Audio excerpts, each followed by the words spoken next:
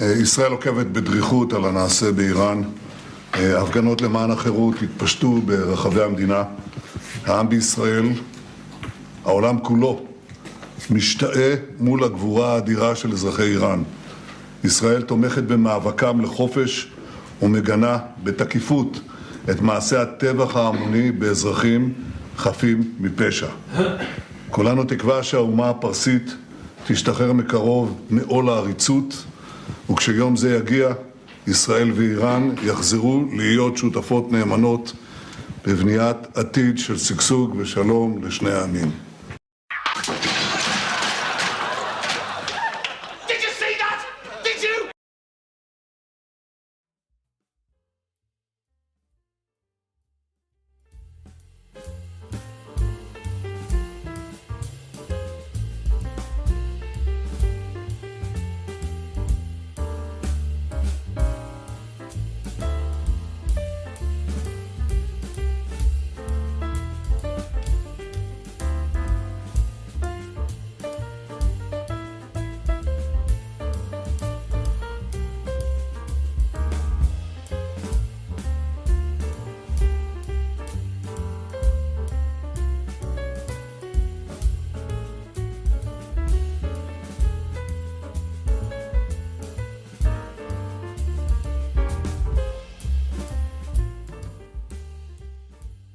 Happy Socialist Sunday, everybody, and welcome to the Sunday live stream on my left eye. I'm your host Lefty. How are we all doing? Good to see a lively chat already. Davinia was very early. Great to see you. Mo as well, Floor Snake, Doc Davies, Guitar Guy. Hope we're all doing well. Solidarity this Socialist Sunday. Yes, you do have to be subscribed to join in the chat, so if you are listening and a non-subscriber, get involved with the conversation. Smash that subscribe button and you can join the chat just 60 seconds later. Good to see you all this evening. Inspector Bean Farmer jumping in as well. A very good evening to you all. How's your week/weekend going? Let us know in the chats where there is a poll. You may have noticed as you join us. We did do a similar poll the other day. We have slightly different options this time. As a result of recent events, some of which I'll be coming on to on the stream. Excellent segue connection there. So, the choices on the poll we have as to where Trump will attack next. Iran, Cuba, Syria, or Venezuela, yet again. Is it Guitar Guy there? Would have voted for Greenland. That was on the last poll, and I believe was the most favoured. But he's talked about so many countries, and we only get 4 choices on a poll. So we're going to mix and mash it up a bit with this one. Most of you leaning towards Iran. Which is of course part of the main political conversation this weekend. Cuba has also been mentioned. There have also been some minor attacks on Syria, but no full-blown assault yet. Will he choose Venezuela, whose parliament voted this week that the attack was an act of terrorism? They completely reject Trump and his ridiculous proposals.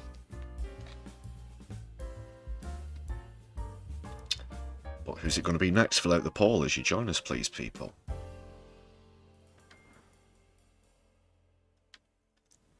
Let's hear that one again, lads. We have Herbie Ranger and the Supersonics here in the studio. Sunday live stream, background music, jazz quartet.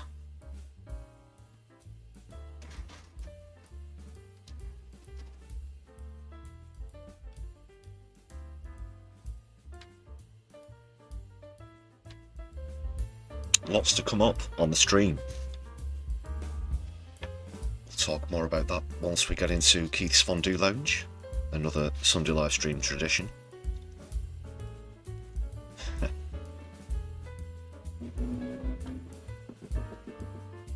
Hello Snake, good point there. Donald Trump might accidentally subscribe. I said non-subscriber, Donald, not non-subscriber. It's like the R-Security thing we had on Keith's catchphrases this week. That was good. Kemi Badenoch. R-Security and non-subscriber.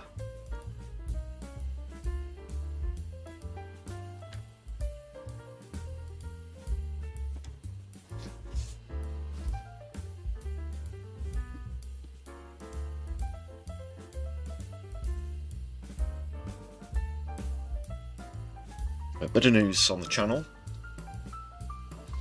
Discussing a possible collaboration that might be coming up. Bit of a update. Please do check out our latest content as well. Fortunately, the algorithm's been a lot kinder than recent on the last upload about the I.C.E. So please do share that one around. Keep the hype going. You can hype that video, people. It's a new feature available to some viewers on YouTube. Keep the hype going. Keep sharing. We picked up quite a few new subscribers from that video as well, so if you're one of those people, welcome to the stream. Lots more about the I.C.E. coming up, the Gestapo, the Stormtroopers.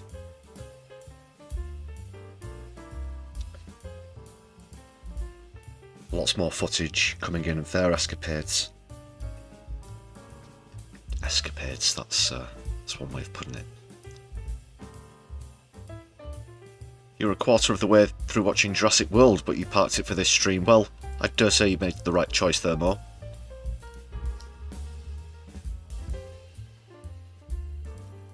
Jurassic World that's the second one, is it? That's the sequel to the original Jurassic Park. There've been so many reboots. Kingdom's one of the recent ones, isn't it?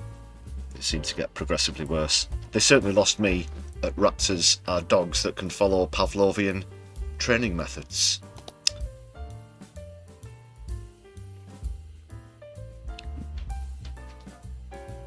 But you've made the right choice there, Mo.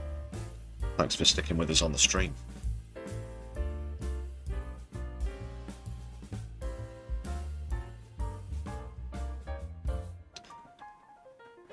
Rebirth, that was another one of them, yeah.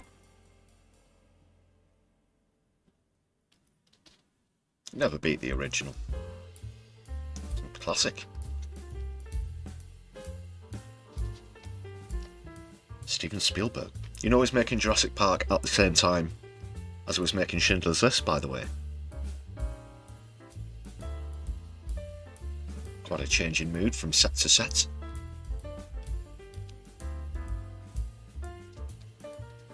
Although not much, moving from tyrannosaurs to tyrants.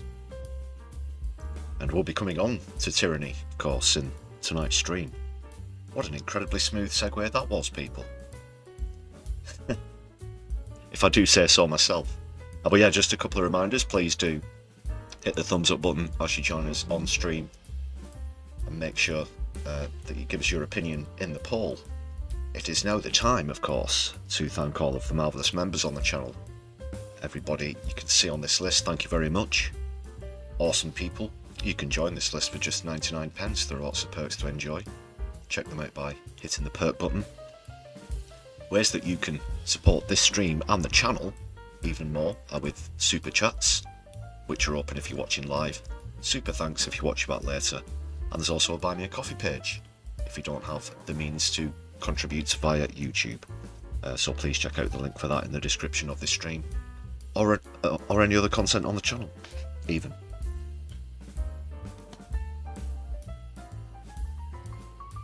And give us a share around your social media as well, please, people. You can follow us there on Blue Sky, preferably, at @MyLeftEyeUK. But we're also on Twitter and Mastodon. Twitter, perhaps not for so long, ever increasingly so. Whether it gets banned or not, that's been in the news this week as well. Because Grok's, that was appalling. The scandal with Grok. Apparently being able, you can manipulate it basically to make indecent images, quite revolting stuff. So Twitter in the dock yet again. That's Twitter, currently known as Twitter. So we'd prefer if you follow us on Blue Sky. Once again, the handle there is MyLeftyUK. Self-promotion stall closed for now. But thanks again to everybody on that list. Genuinely, really do appreciate the support, and we're currently at 149 on the way to a target of 250 where memberships are concerned.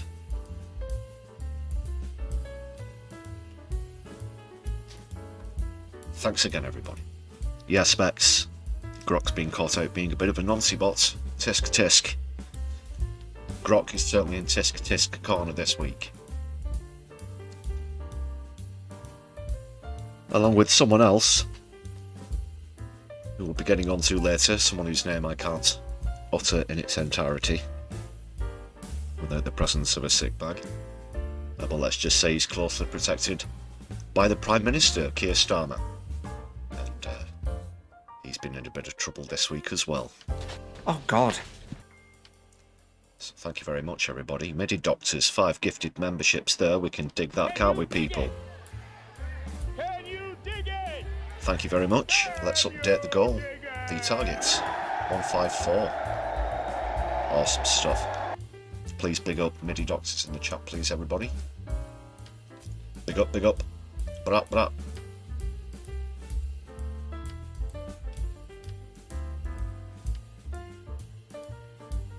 Thanks again.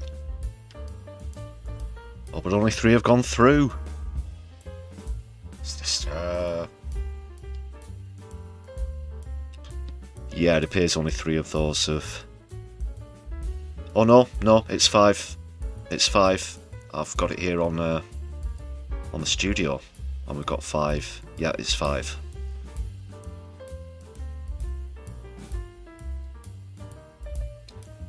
Confirmed.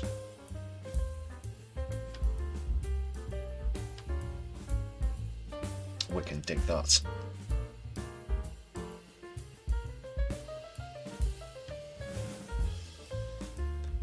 Yeah, so I made a brief mention of, you know, Peter Mann just there, and he's going to be coming up a bit later.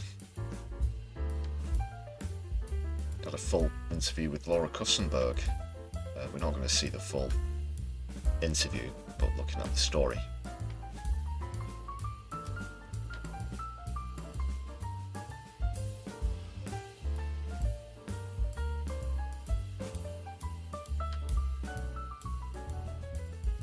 He is, of course, still a Lord, though, and that's come into even more controversy. More on that to come, though. In fact, let's get into the lounge, and we'll go through what's coming up on the stream in full.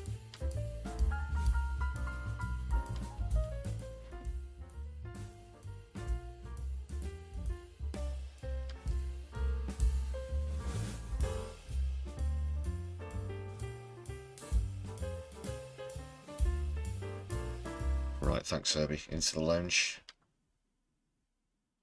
Take it away, Keith.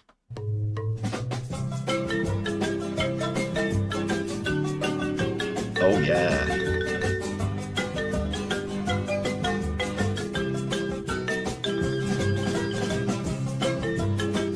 You can dance in your rooms, your kitchens, wherever you are, your personal, relative spaces. It's one of the best earworms on the internet. Thanks again to the Agitator for bringing us Keith's Fondue Lounge.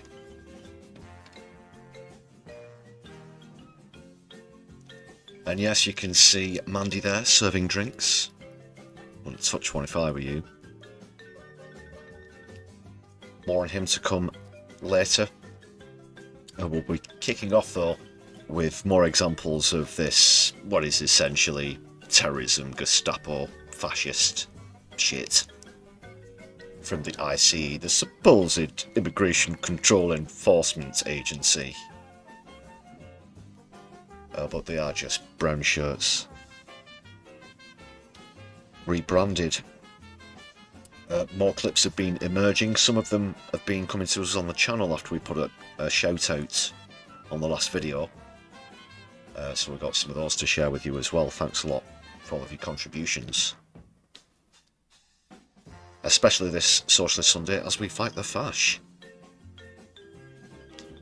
And there has been a pushback against the I.C.E. or I.C.E, however you prefer to refer to them as. I don't care, just as long as you call them out for what they really are. So a lot of pushback against that, which we're going to be seeing as well. More about Venezuela, Cuba, Iran, these countries in the poll. That Donald Trump is, of course, flirting with the idea of attacking or attacking again.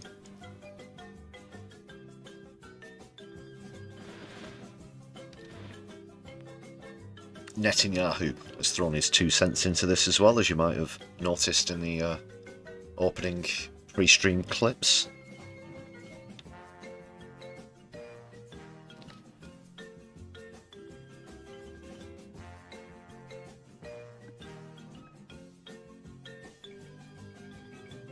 More on Mandy as well.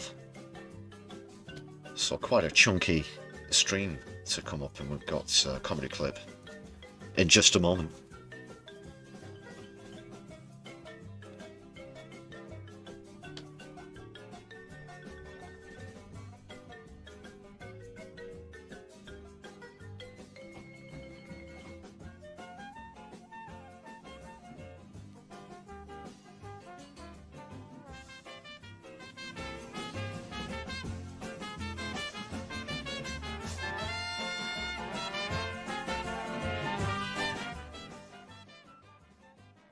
Of course, Starmer's going to have to come out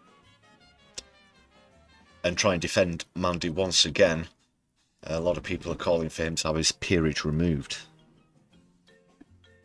Well, personally, I've been calling for that for some time. But since this catastrophic interview on Kussenberg, apparently, which I haven't seen, I have to admit. I've seen a couple of, literally 20-second snippets.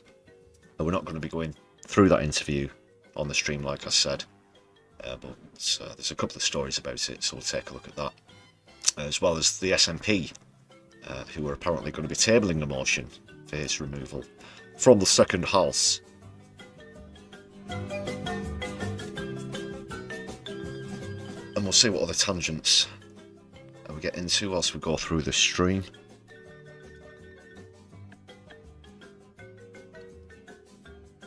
But we're going to be leaving the lounge in just a moment.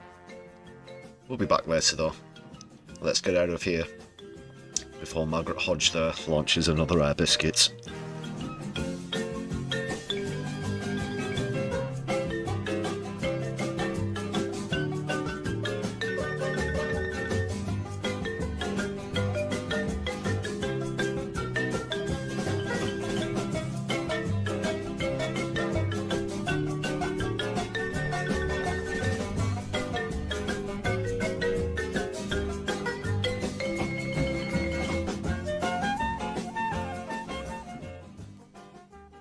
Alright, we'll catch Keith later.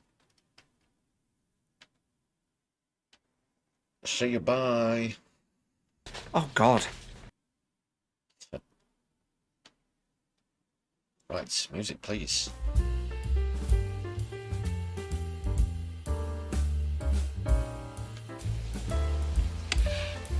Socialists.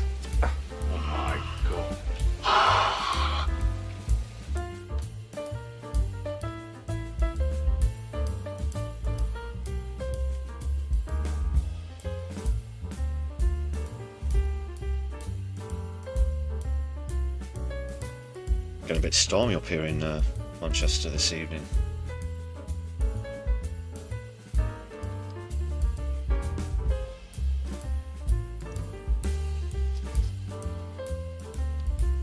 We'll get going with the comedy clip though.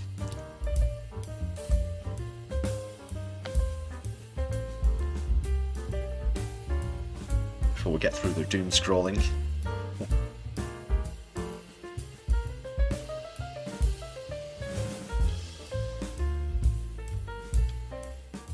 yeah, you won't believe some of the things coming up on the stream. There's also some incredible acts of bravery that you're going to see as well. And other things that show that the people are uniting against the far right, against Trump, his fascist goons. But let's hear Jonathan Pye's take on the pumpkin spice Palpatine first, and his plans for Venezuela, amongst other things. Jonathan Pye, a name that I'm sure is familiar to most, if not all of you, but if not, do go and subscribe to the page. There's a link to this video and to his YouTube in the description of the stream. Check him out.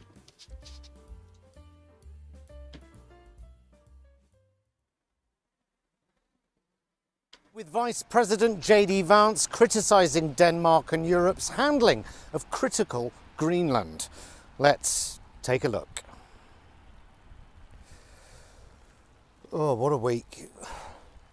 What a week. Venezuela falls, Greenland preparing for invasion, international law in tatters, the end of the old world order, and, you know, I've only just finished off the Christmas Baileys. I'm still hanging.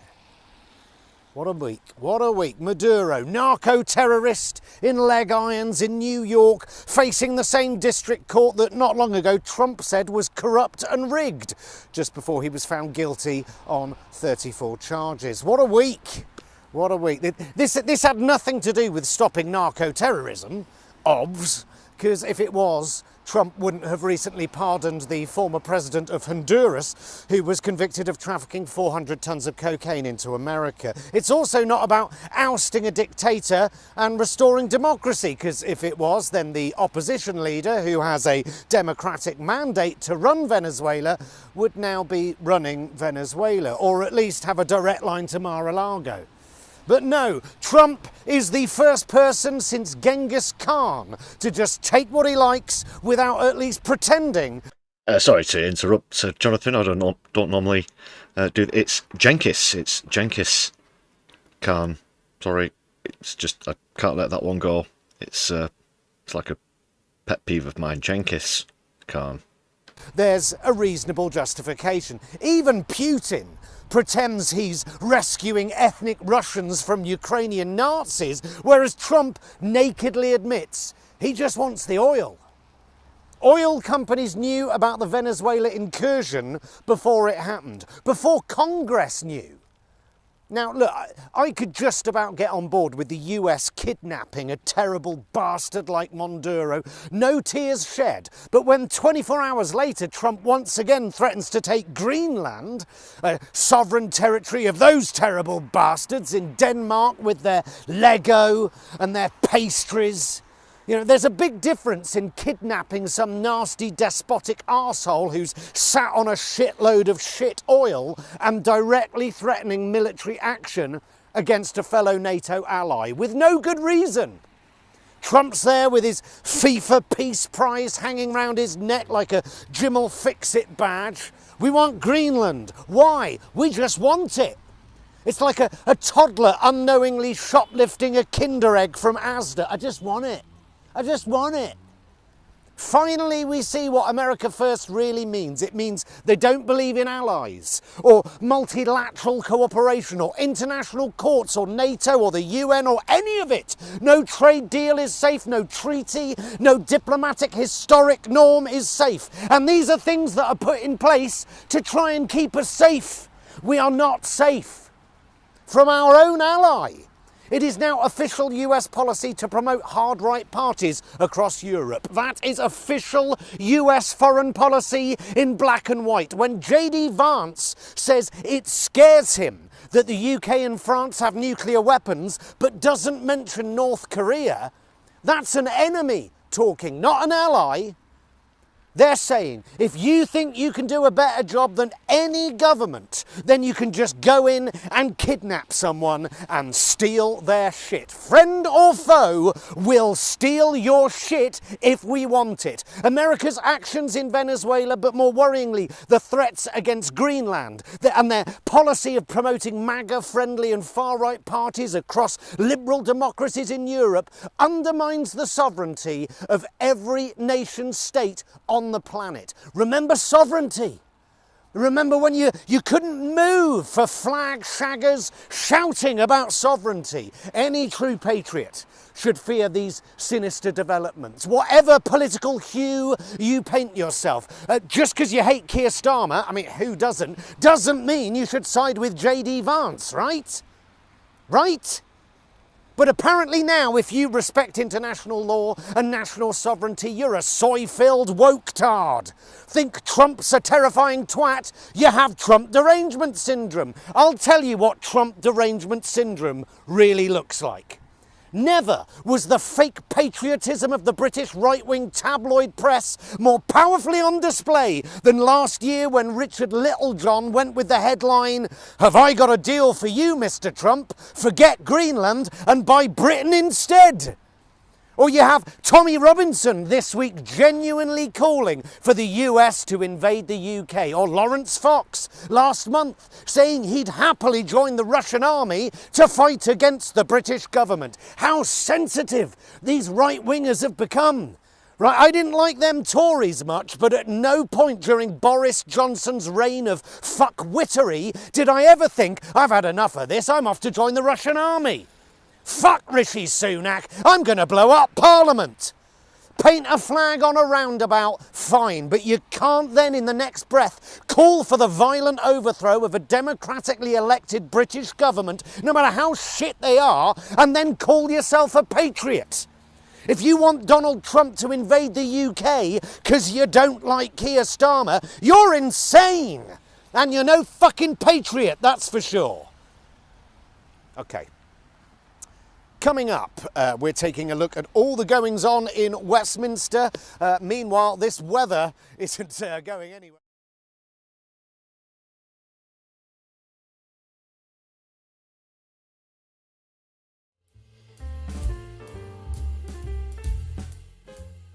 Slice of Jonathan Pye there. Let's not forget Jonathan Pye is a character. Tom's a nice guy. Yeah, I've seen him live and met him briefly afterwards. Nice fella. Don't forget though, Jonathan Pye is a character. Very good at bashing Trump. You might not agree with him on all of the issues. But that performance is certainly difficult to argue with. Jonathan Pye there. On tour again this year by the look of it as well, so check out the site if you want to check him live. He's good, he's very good live. Very animated. Yeah.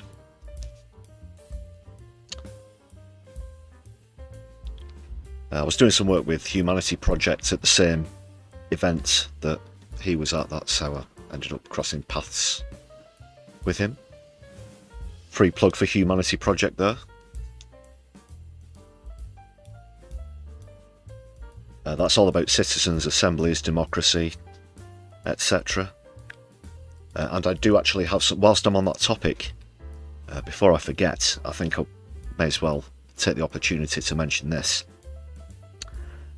Speaking of such organisations, I'm very pleased to be able to say that My Left Eye will be at the launch of Take Back Power next week, which is going to be, hopefully, a massively influential organisation all about social equality, that is proper taxation of billionaires, but also about proper democracy, replacing the House of Lords with a citizen's house. There are going to be a couple of people speaking at the events that you probably heard of, Jonathan Porritt and Mariana Perkis, so we're going to be down there. I'm very pleased to say that this is an organisation that I myself am involved with.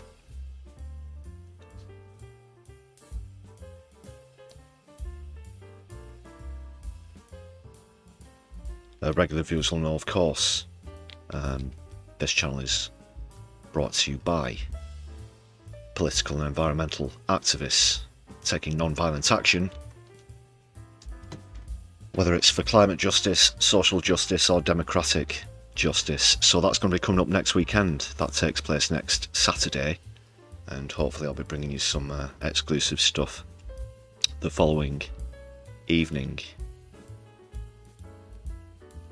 How do you like a bit of that, people? So yeah, this is the channel to be with if you want the forefront information where organisations like that are concerned.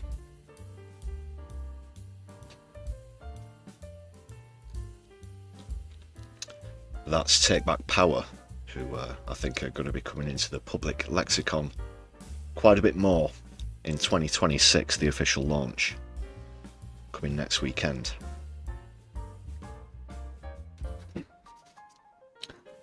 And just finally, one quick thank you as well. I do have to say, it's a slightly somber moment.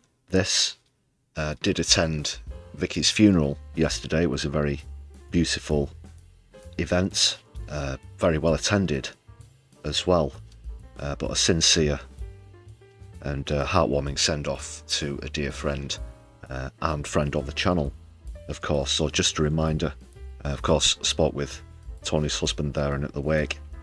He once again asked me to thank you, dear viewers, for your contributions towards the donations that we put together, which will be going towards the Samaritans, a very worthwhile recipient of those donations, I'm sure you'll agree. So yeah, it was a really somber day yesterday. Just wanted to quickly thank you all for those contributions once again.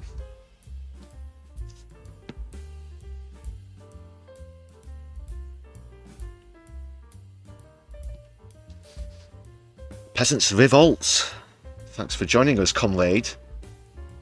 I hope you're having a great Socialist Saturday. Right on.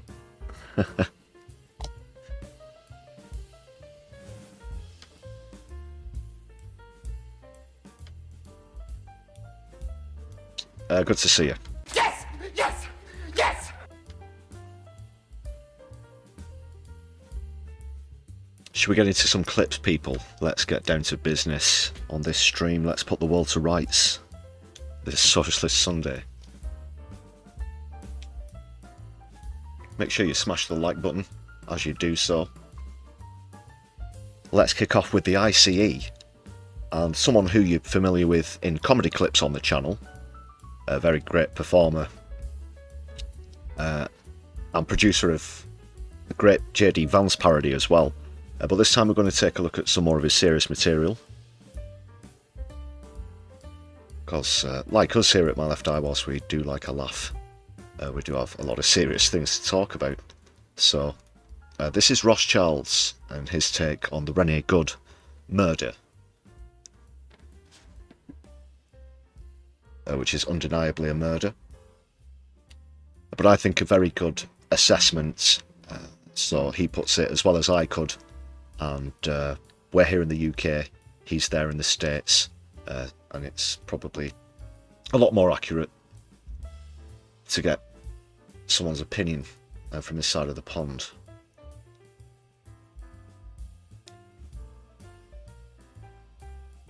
And really well put once again from Rothschild, so do go and check him out at Crabman. I can't remember the number.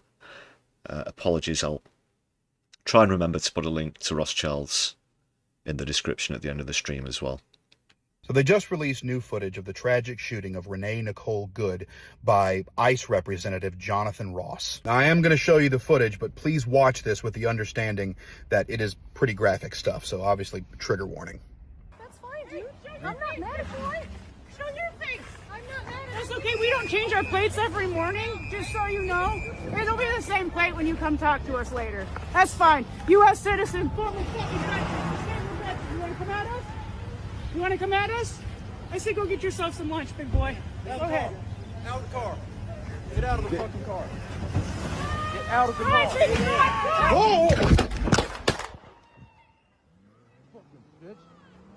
Yeah, it's still very horrific, very tragic, and should have never happened in any way, shape, or form. But there is one thing I do want to point out. A lot of the gross, inhuman monsters on the right who are defending the actions of ICE Representative Jonathan Ross are pointing to this footage and footage like it, saying that it proves she tried to, quote, run the guy over. It absolutely does not, and I'm going to explain why. In that situation, you have a terrified woman who is having contradictory directions screamed at her by masked men holding guns. One person was telling her to move her car. Another person was telling her to get out of the car. That last one, by the way, was the one by her her driver's side door who was reaching in trying to grab her, which is something he is not allowed to do. You can maybe understand how in a situation like that, a civilian would be scared, would be confused, and would be prone to, I don't know, panic. Because I'll be honest, if I'm driving...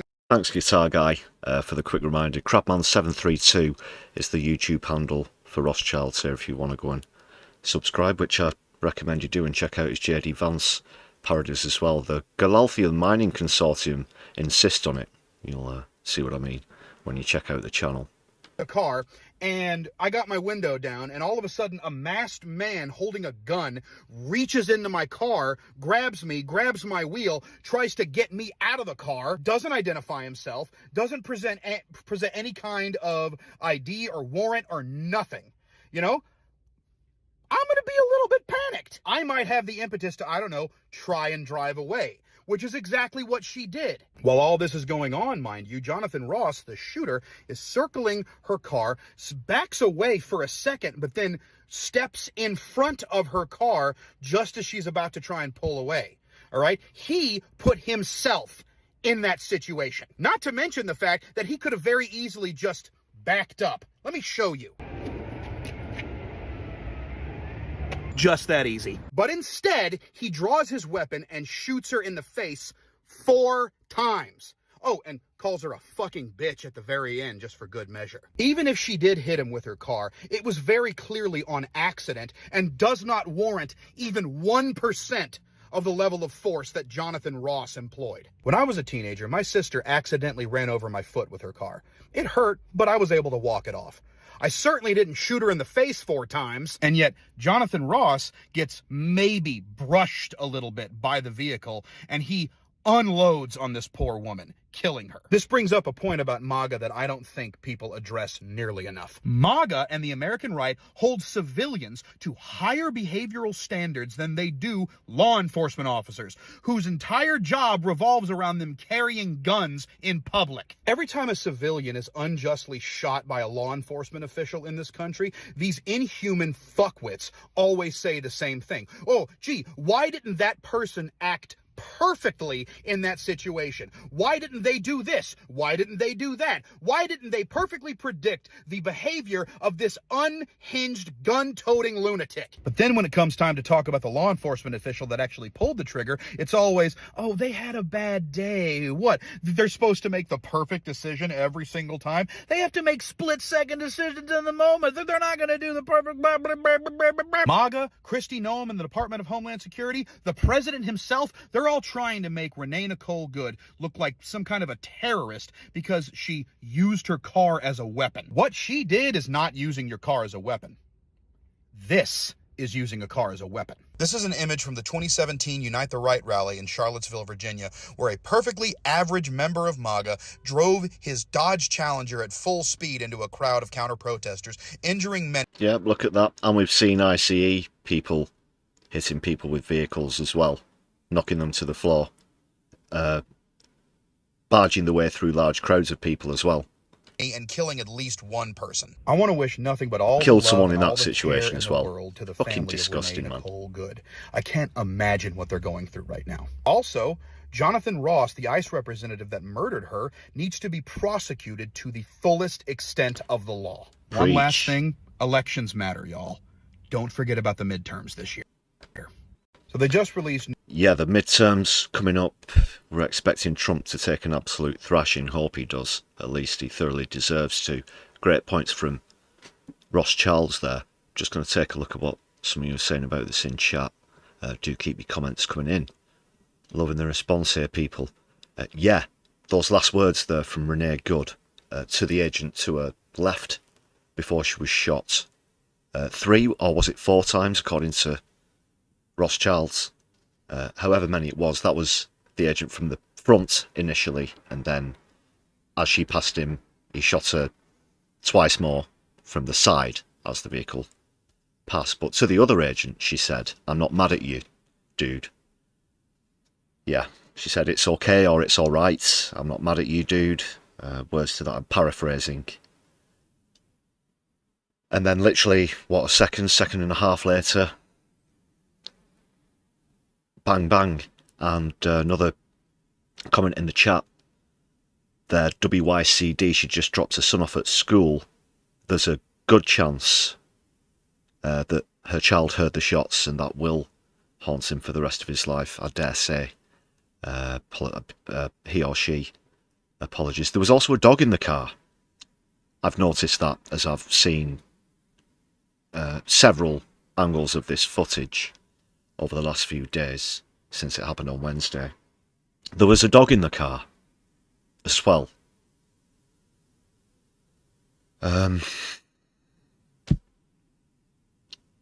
You can almost run out of words for just how revolting this is, how authoritarian this is. One of the bizarre things, yeah, of course, Guitar Guy, the perpetrator, Jonathan Ross, shares his name with UK talk show host. Air quotes, use the term loosely. I believe he's described as a comedian as well. But mostly talk show host, although he does have a speech impediment, not trying to be ableist, but speech impediment, talk show host. You wouldn't think those two things went too well together. You can certainly say his wife is way, way, way beyond his league. I'm not too sure about how that matrimony came to pass. But yeah, it's bizarre that he shares his name with Jonathan Ross, who was disgraced. I don't know if any of you are familiar with this story. Some people have been reviving clips of it recently. I wouldn't be surprised if he's mistakenly received large amounts of hate mail recently. This is the 1990s. I think he might have even started his career in the 1980s, not sure. But Jonathan Ross, I think in the early 2000s, was on... it was his... I can't remember the channel, the radio station that it was on, but it's Russell Brand who's hosting, and Jonathan Ross as the guest. I think it was that way around, if memory serves, from the clips. But they thought it was a gag at the time, like a practical joke. They were trying to ring Andrew Sachs, who played Manuel in Fawlty Towers, very famous classic UK comedy, Fawlty Towers, of course starring former Monty Python star John Cleese, and Sachs as Manuel didn't answer. It went to his voicemail. They left a particularly crude, almost unbelievable, crass voicemail in which Jonathan Ross pointed out and then proceeded to gloat to the fact that apparently Russell Brand, and let's remember the allegations that have been floating about around him, Russell Brand apparently slept with Andrew Sachs's granddaughter, I think it was. Yeah, so as far as reputation goes, that's the UK's version of Jonathan Ross. But back to this one, this piece of shit who murdered Renee Good. Yeah, the best you can give him is that perhaps the wing mirror of the vehicle might have brushed his hip slightly. He certainly wasn't injured. He walked away from the incident. Lots of footage shows that as well.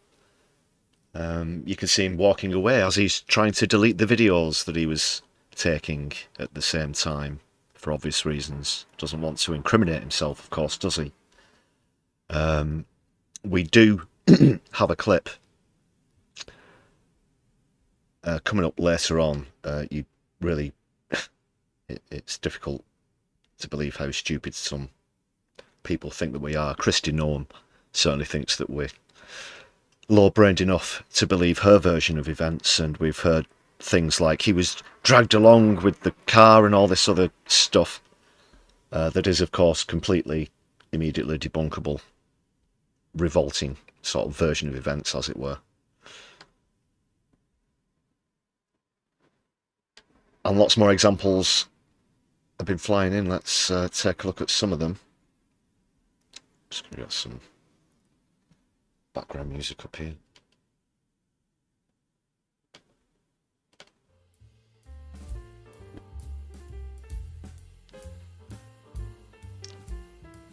More good point there. Some people celebrating Renee Good's death. She was, of course, an activist herself. But these people are psycho monsters. Very serious issues. Serious issues. As you say quite rightly there.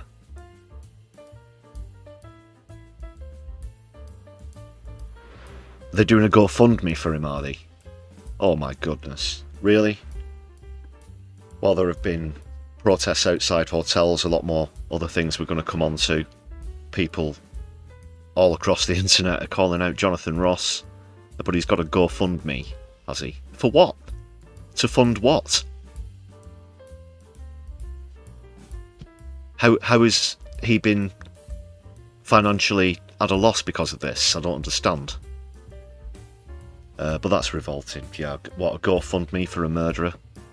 Thanks a lot for sharing that one with us, Peasants Revolt. That one won't come across my desk. Unbelievable. Yeah, anybody donating that should really take a good long look at themselves.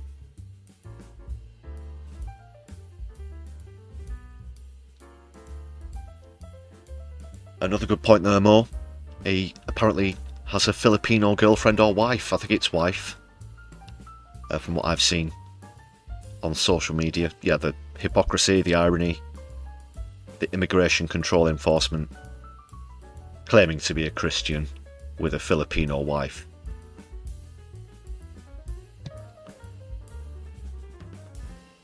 Served in the Iraq War. It's believed he also has previous reputation for being trigger happy as well. Don't know where the two might interlock there.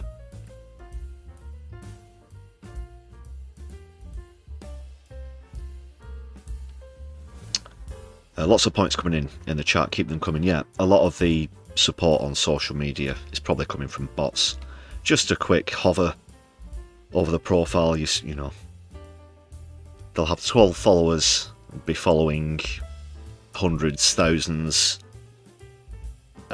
ridiculously stereotypical profiles, whether it's flags in the avatar or in the description and whatnot. You know what I'm talking about, people. We know our enemy very well here on My Left Eye, and you're an educated lot, I know. But they're all over the place at the moment. They're not worth responding to.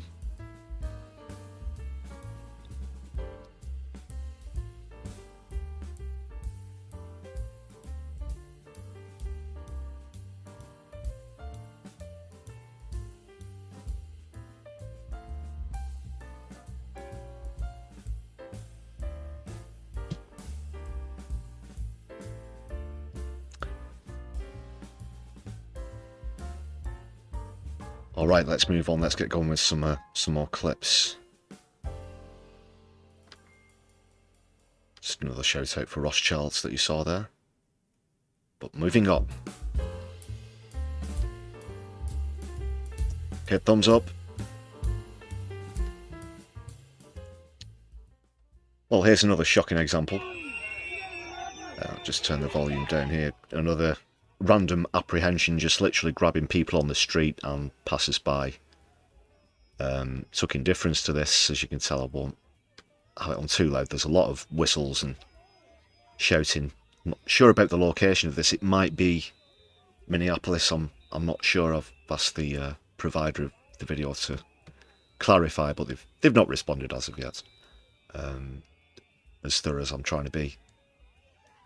But another clear example of this Gestapo stormtrooper-esque behaviour. It's just fascist shit. What can you say? Look at this guy.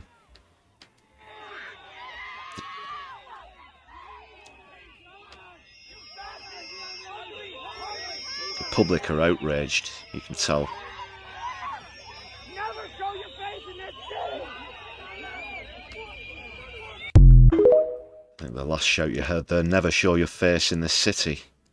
So I can't give a shout out to... sorry, I can't provide the location, but that's who apparently provided that original clip. Can't get my words out. I assure you I'm sober, people. Isamoz, I-S-A-M-O-Z, that's a TikTok, as you can see.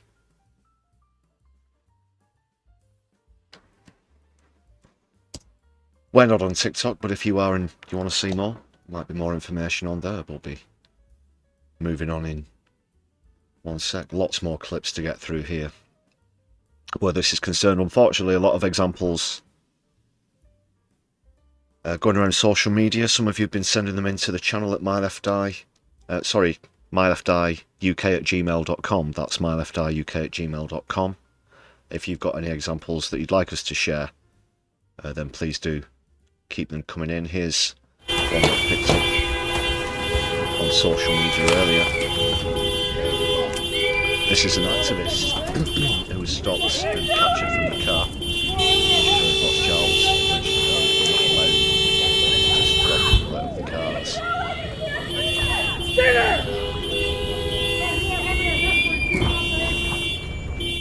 But nonetheless, they're clearly going for it here. Sorry, I'll just turn that down. There's a lot of car horns and whistles and stuff like that in some of these clips. But it's undeniable. The descent into authoritarian fascism is undeniable at this point. History repeating. You have no fucking right to be here. Get out of our state. Sir, stay over there, please. Fucking murderous, Sir, traitorous I'm telling you, you're not gonna like the bitches. outcome. Get the fuck out! I have a lot more room. Get out! We will never stop following. Get the fuck out! Have to put up with We're us good. when We're you up. decide to break We're the up. law. Thank you, guys. We will never Get stop out of our following fucking you. state! We will never Get stop out! following you. Get the fuck out of here. We're up. We'll be back later. Power. Get a real job.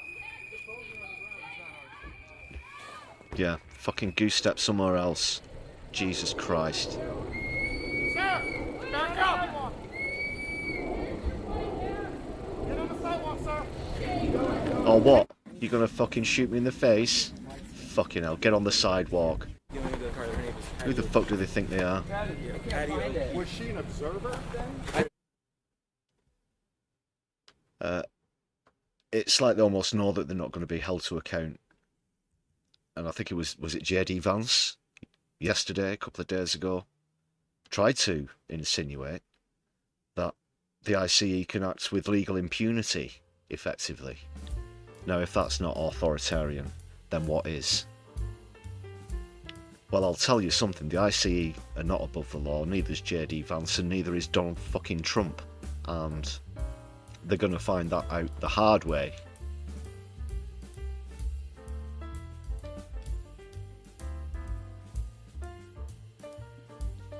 And of course, the rank hypocrisy that they, at the moment, currently trying to criticise Iran for how they're treating protesters when this is happening simultaneously, literally at the same time, in the United States of America.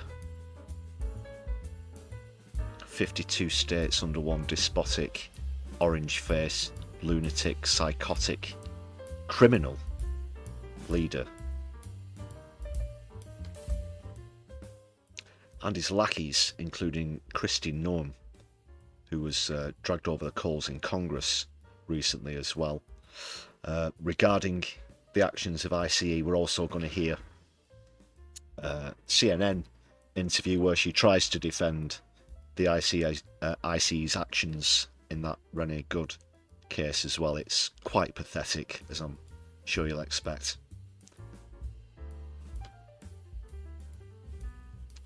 This lady is some piece of work, I'll tell you that. So this is the Congress clip first.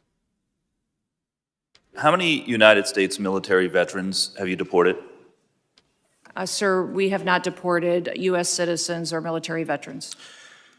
I don't believe you served in the military. I haven't either, but I think you and I can agree that as Americans, we owe everything to those who have served our country in uniform, particularly those who have served in combat. Do you agree with that? Sir, I believe that people that are in this United States that are citizens have legal status here. Those Madam Secretary, we are joined on Zoom by a gentleman named Sejun Park. He is United. He only has a certain amount of time. You have to understand this from American political point of view. He knows that she's not going to directly answer the question, so he's not going to waste his brief amount of time. that he has here by pressing her for an answer. But let's just do that ourselves, because we have the advantage of time travel and being able to pause and rewind. Sir, I believe that people that are in this United States that are citizens have legal status here. Those Madam Secretary. Not addressing the example given whatsoever. Simply, this is not happening. Repeat the lie, repeat the lie. She thinks that her delivery of what she's saying on her suit, the way that she looks, the way that she's been trained to position her arms, the way that she's been trained to talk, the way that she's been trained to use a certain vernacular, syntax, language, whatever you want to call it, vocabulary. It doesn't wash. It doesn't wash. It all, you know, the facts bring this all crumbling down, and it just becomes so obvious when she tries to evade the real issue in such an obvious manner as she's displaying here. It's quite pathetic. Quite pathetic here from Christian Orm. So he moves on to another question.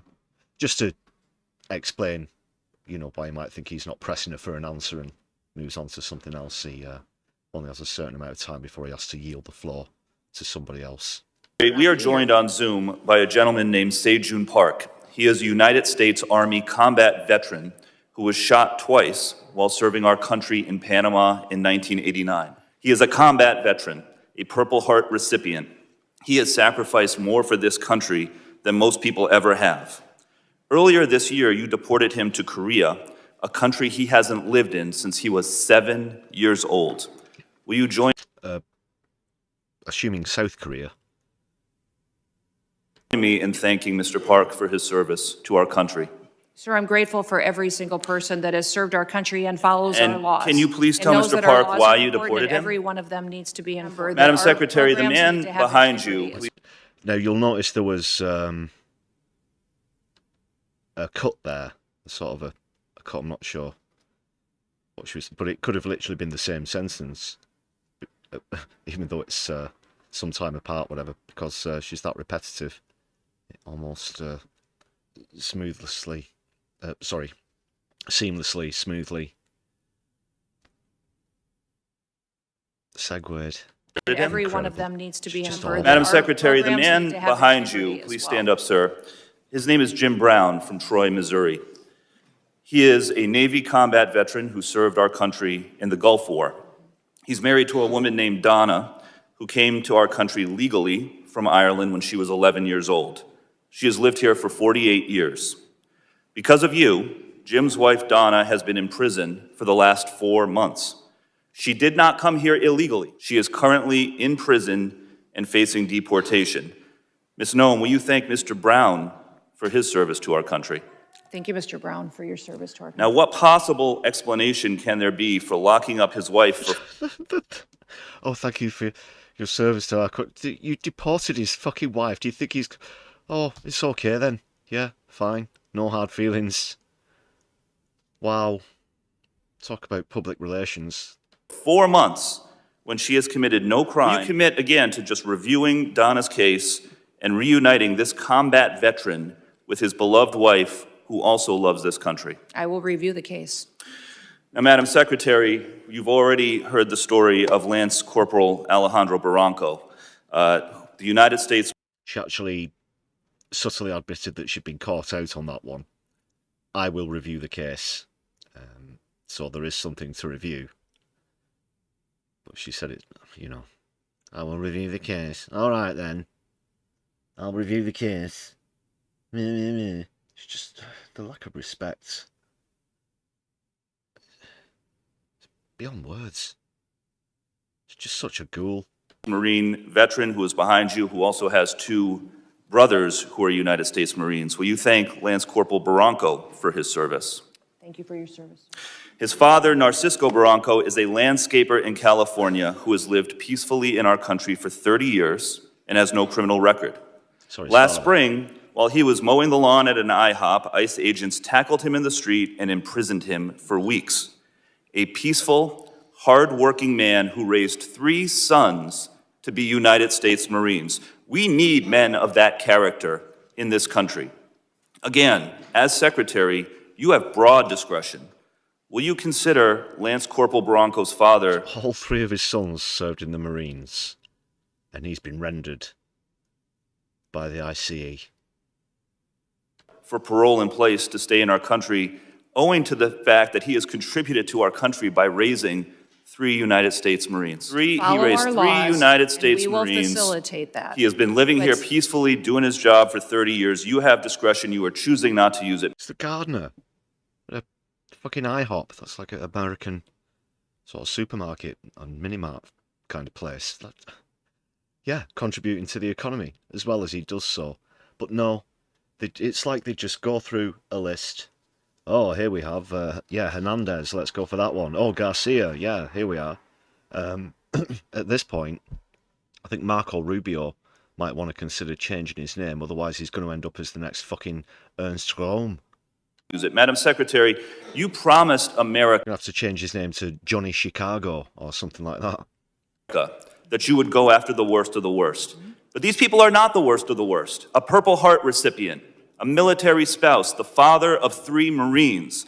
And it's not just veterans and military families. You are locking up and deporting children with cancer, mothers with babies in the NICU, United States citizens. There are many problems with your leadership, but the biggest problem is this. You don't seem to know how to tell the difference between the good guys and the bad guys.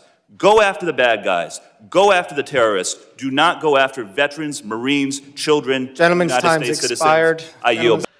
It was the same, maybe 20, 25 years ago as well in the United States, of course, the post-September 11th panic and people with Islamic names being dragged in. We had the whole Guantanamo Bay situation as well.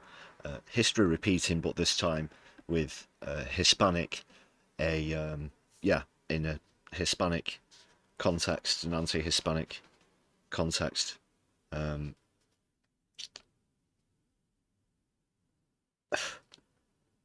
And it's hard to describe just how random it is. Well, not random, but like I said, as though they just go through a list of names.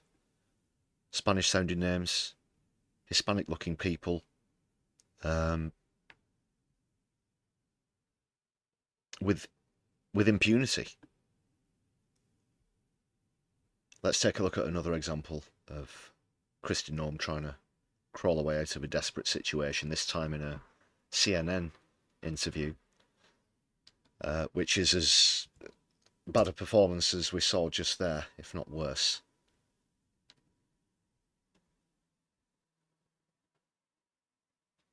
You've also been criticized for your comments. The shooting, we should note, was Wednesday at 10:37 a.m. Eastern.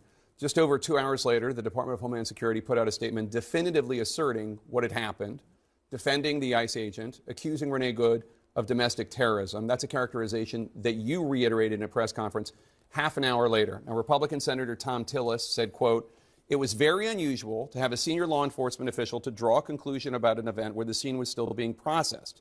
Generally speaking, law enforcement would recognize that a life was lost, that families are changed forever, the shooter's life will change forever. We're collecting video. We're trying to assess the situation." Why did you not wait for an investigation before making your comments? Well, everything that I've said has been proven to be factual and the truth. What? No, I don't think so. I don't know what planet you're living on, Kristi, but not the same one as we are. The footage clearly shows the opposite of what you're describing. That the I.C.E.'s vehicles were stuck in the snow, and that's why they got out. And then when they got out, they were attacked by Renee Good, is what you very clearly insinuated immediately as in the aftermath of those events on Wednesday, as the host here points out, prior to any official investigation, reaching your own conclusions without any evidence to that effect yourself. It's pure old nonsense. It's absolutely pathetic. I don't know, and I know that we have some Americans in chat right now, but this is the kind of crap that she expects you to swallow. This is the kind of thing that people are supposed to be thinking about when they go and vote in the midterms, is it? Jesus wept. This administration wants to operate in transparency. I have the responsibility as the Secretary of Homeland Security to know this information as soon as possible. Had just been in Minneapolis the day before, had already had conversations with officers on the ground and supervisors, and knew the facts. And there is no way that you could have reached the conclusion that you have if you've made the appropriate lines of investigation with the local authorities and whatnot. We've seen it so many times from multiple angles. All of the evidence that directly contradicts Jonathan Ross's version of events that you're backing up here.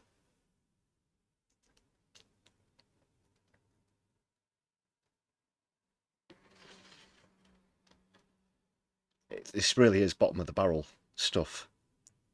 Decided that the department and the people of this country deserve to know the truth of the situation of what had unfolded in Minneapolis. Well, with all due respect, Secretary, the first thing you said was, quote, what happened was our ICE officers were out in an enforcement action. They got stuck in the snow.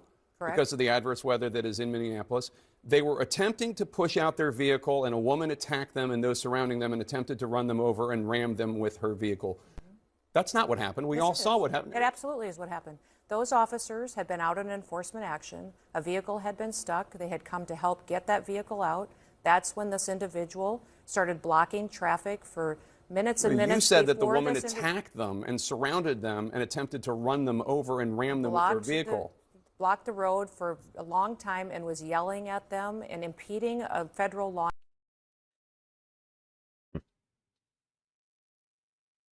In a very calm voice, it's okay, dude. I'm not mad at you. You call that screaming at them. That's what Kristi Noem expects us to interpret as. And just look how serious she is about this as well. The robotic seriousness, again, as though the way that she's been trained is going to convince us, or a suit.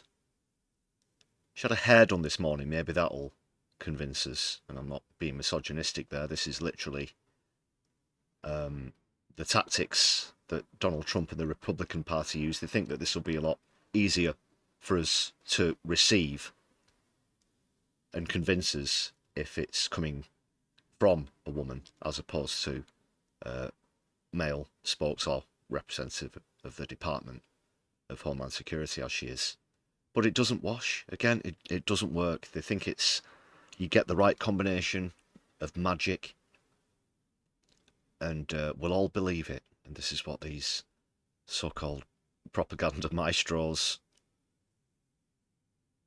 think that we're expected to believe. It's so condescending. So embarrassing. It really is an insult to anybody's intelligence.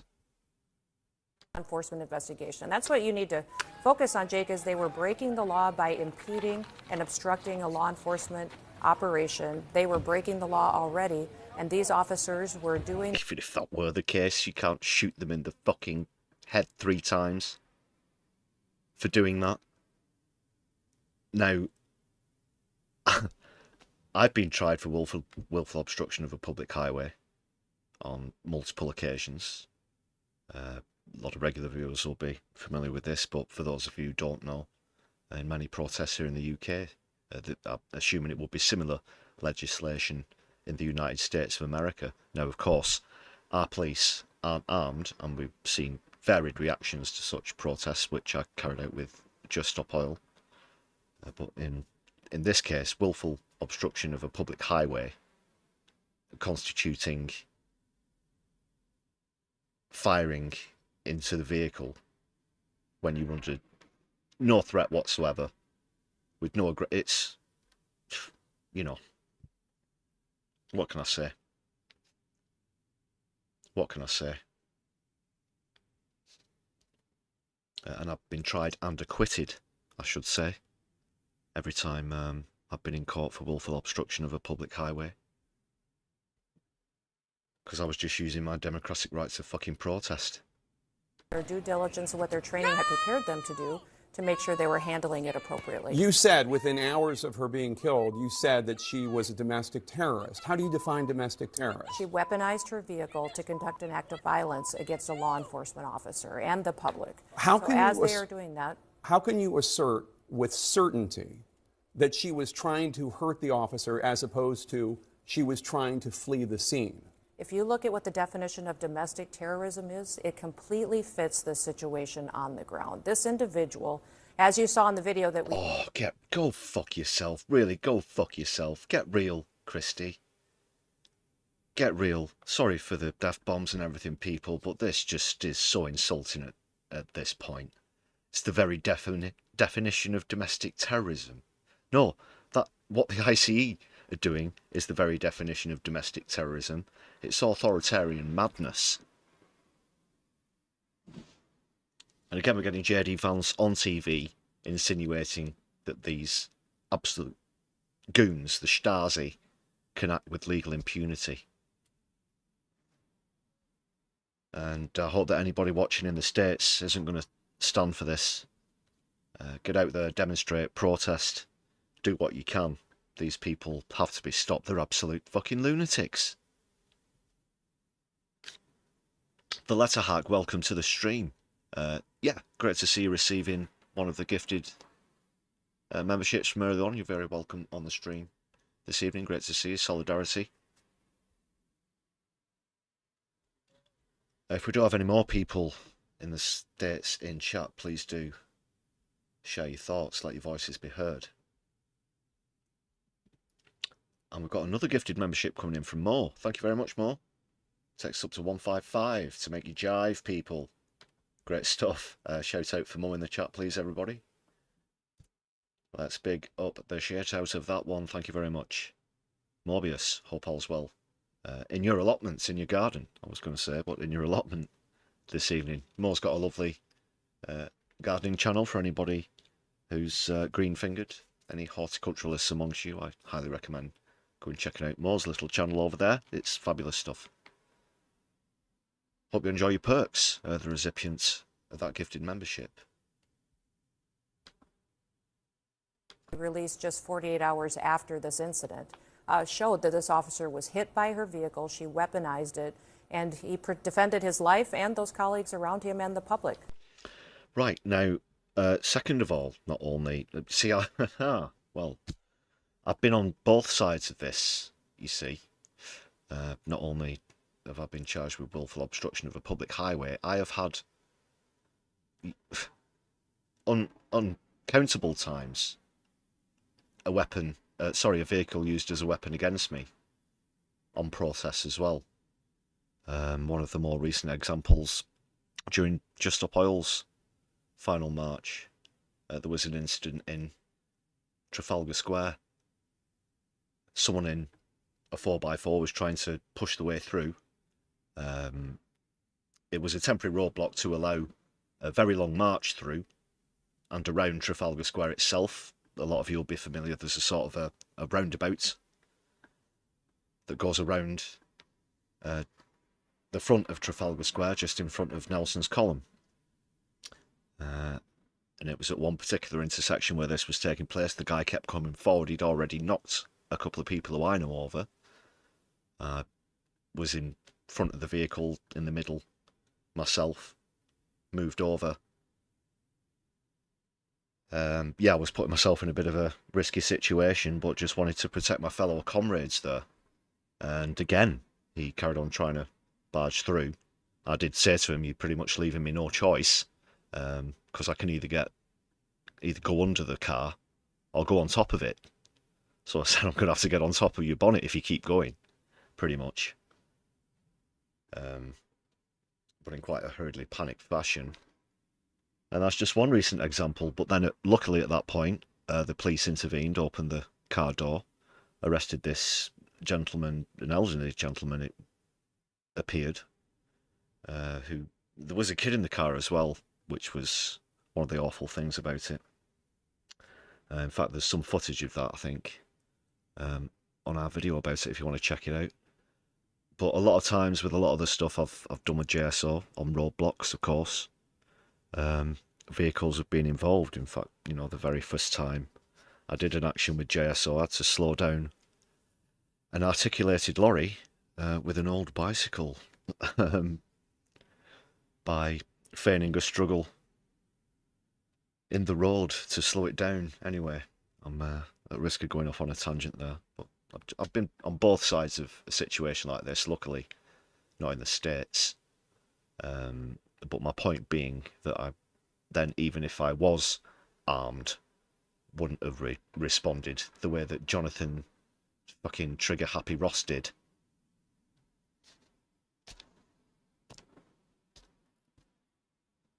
I think that's the end of the point I wanted to make there.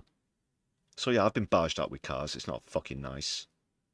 And I've also willfully obstructed a public highway, but I was just using my democratic rights of protest. As I said, fuck you, Christy. Let's move on. She is awful. It's like the sort of hatred that you have for Priti Patel, but, you know, maybe even more potent.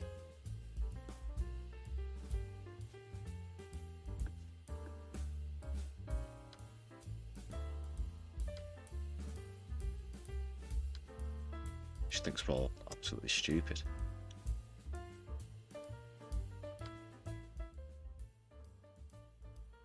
The next clip, well, how can I put this? Sensitive, a bit of a warning for sensitive viewers. There's no blood or gore or anything, but you can see these harrowing scenes where a DoorDash driver, that's a food delivery service in the States, for anyone who's not familiar, sort of like, you know, Deliveroo and whatever we have in the United Kingdom. Other service providers are available, but this DoorDash driver had to hide in the basement of the house she was delivering food to as the I.C.E. approached, but the family in question put up a brave stand against the I.C.E., and you can really see how traumatic it was for this lady. This incident, of course, coming after the shooting of Renee Good. But the very brave actions of these American citizens you're about to see here, I think it's definitely worth sharing with you on stream. I'll try not to interrupt too much on this. It speaks for itself, mostly, but just particularly harrowing considering recent events.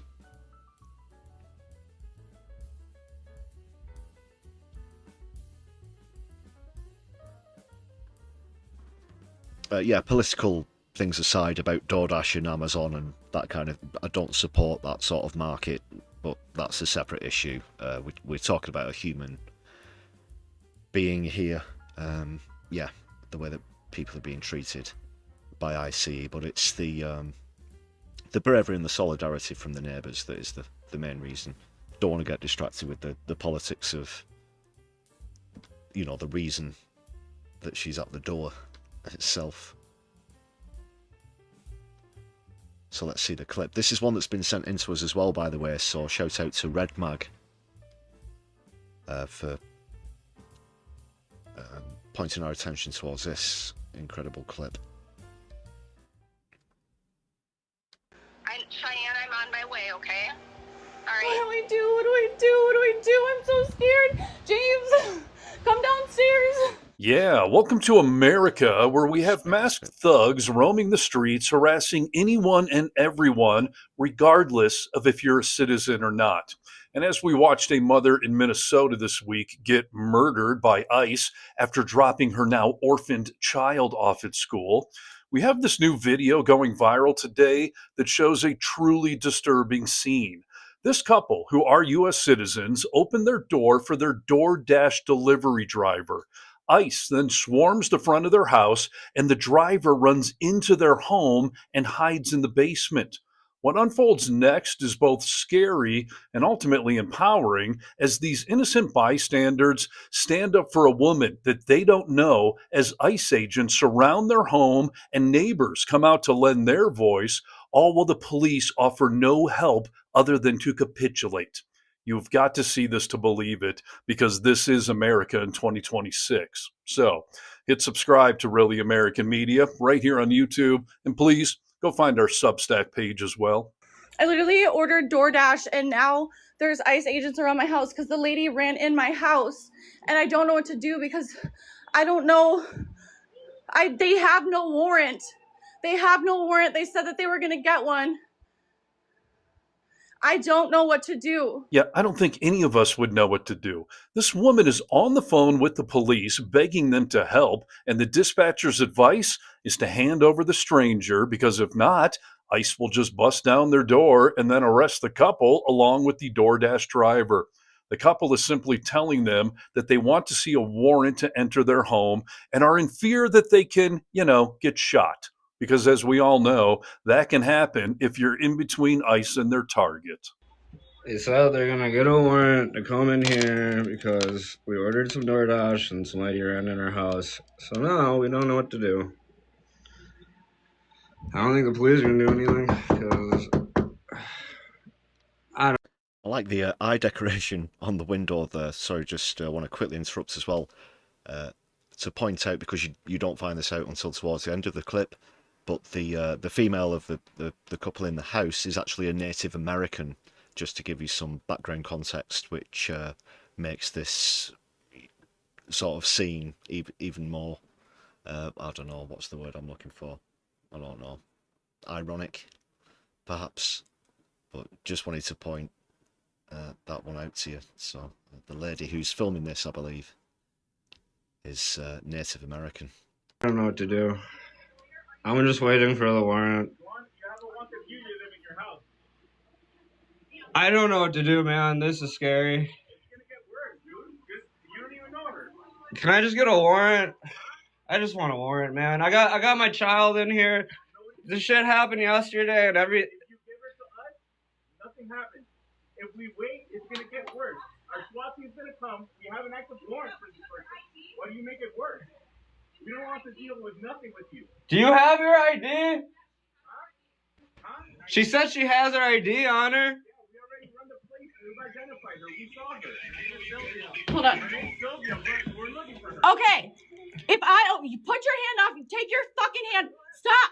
Okay. If I open this door, one, you're not coming in my house. I will give you her. This is her ID. She is a U.S. citizen. They said they ran her place. This was my fucking DoorDash. The fact that you guys are tormenting. I'm Native American. My fucking family already died for y'all to work here. Hung by Abraham motherfucking Lincoln. 38 plus yes. Well, there you see why it's relevant as well. And it's get the fuck off my land, not just, in the context of her house there. But, yeah. So the fact that y'all are on a Native American's fucking house is pissing me the Preach. fuck off. I will open this fucking door when I have the fucking decency to open this door, since you guys have pointed fucking guns at me. I will fucking open it. But you guys are not coming in my house. You guys will not shoot anybody. You did yesterday. And you had your hand on your gun this whole time you've been here, dude. You had your hand on your gun the entire time. Her outrage and fear is completely understandable. And why did they even involve this couple? Why didn't they just wait down the street for the driver to leave and then simply pull her over? Is it a lack of training or just a disregard for any collateral damage that they can do to Americans? Or is cruelty just the point as always? And now a supervisor from the local sheriff's office gets on the phone with the woman and says that the cops will not be showing up to help, so they better just capitulate or face the consequences of this DoorDash order gone horribly wrong. Hello? Hey, Cheyenne, this is Commander Hank with the sheriff's office calling you. Yeah? So, I understand that you're fighting right now. I'm gonna I'm going to, but move. Please. You have two options, right? So either let the ventilators come in and take care of that, or let them options. But nobody from the sheriff's office is gonna show up there, because that's all I can tell you. I would just be able to tell you the same thing in person. Okay, but what do I do? I think that choice is up to you. You have those. I mean, those are your two options. This thing will charge us. You need to come with me. Come we on. can't. I have family. I'm sorry. You need to come with me, ma'am. Come There's on. nothing we can do. Come on. There's nothing Come on. we can do. Come on. Just come on. Ma'am, I am so sorry. I don't want to do this. Come on. Come on. Oh my God. And right there is the human side of this. That terrified woman is apparently part of the worst that Trump has promised us ICE is going after. And this poor couple are now forced to be part of this atrocity by handing her over to ICE. And as they do, the reality settles in that all of them could get killed. Don't. No guns. No shooting guns. anybody. No shooting anybody. It's okay. No guns. No guns. No nothing.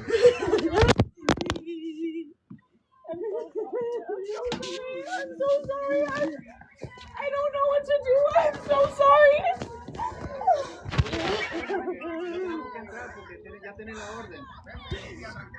I have TikTok followers. I have this going on my TikTok. I have 11,000 followers.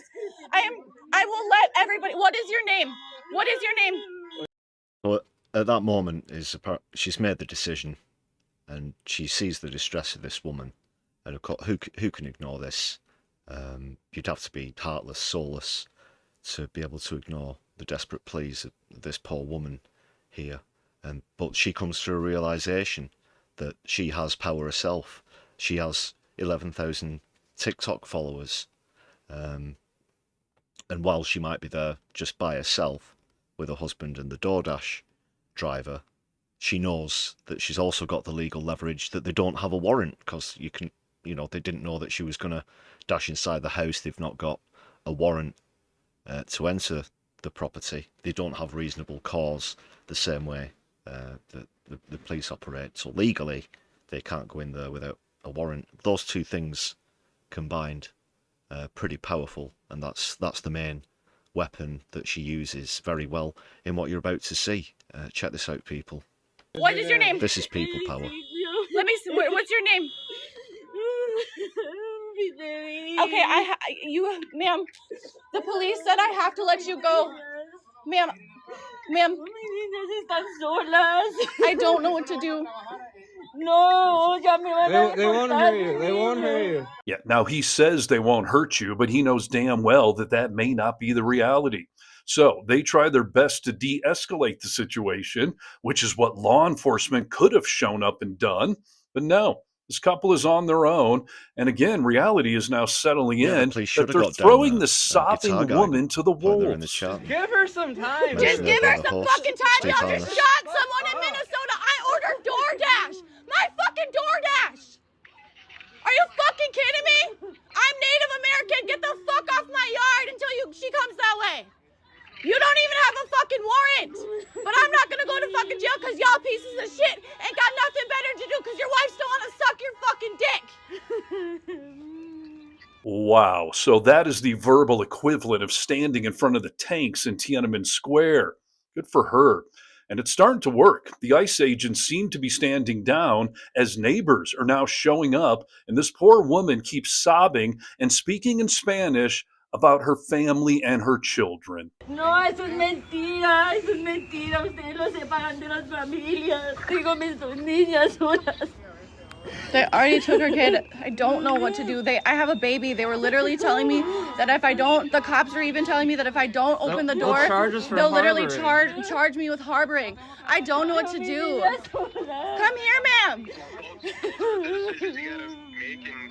Come here. You and your family, okay? I ordered DoorDash. This lady ran into my house. They don't have a warrant, but they told me I was going to be charged with harboring. They were going to break down my door. They were going to break down my door. And as the crowd grows bigger, this brave woman starts to process the reality of what's been happening in our country this week. I called the police, but I don't know what to do. A woman was just killed in Minnesota yesterday from you guys, and you guys think that we're gonna just take this shit lightly? Literally, you just shot and killed someone yesterday, and you can put on your shit and go to work, and that shit just sits right with you? What the fuck is wrong with you guys? And at this point, the homeowners decide that they are not going to bend the knee. They're going to risk their own freedom to make a stand on their property, which is about as really American as it can get. Just watch what happens next. Get out! Until you guys have a warrant signed, get off my fucking property now! Now! I want judge papers! I want want is signed paper. You don't come near my house because you're the one that has your hand on the gun the whole time. The whole fucking time you cut their hand. I have it all on video. I have 11,000 TikTokers right now. Get the fuck off my 11,000 TikTok followers that I have. I just fucking 11,000 followers I have on fucking TikTok.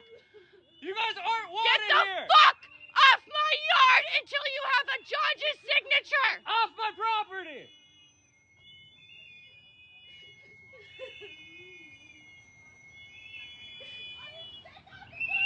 Yeah, keep I fucking hope you walking. guys sleep real good at fucking night.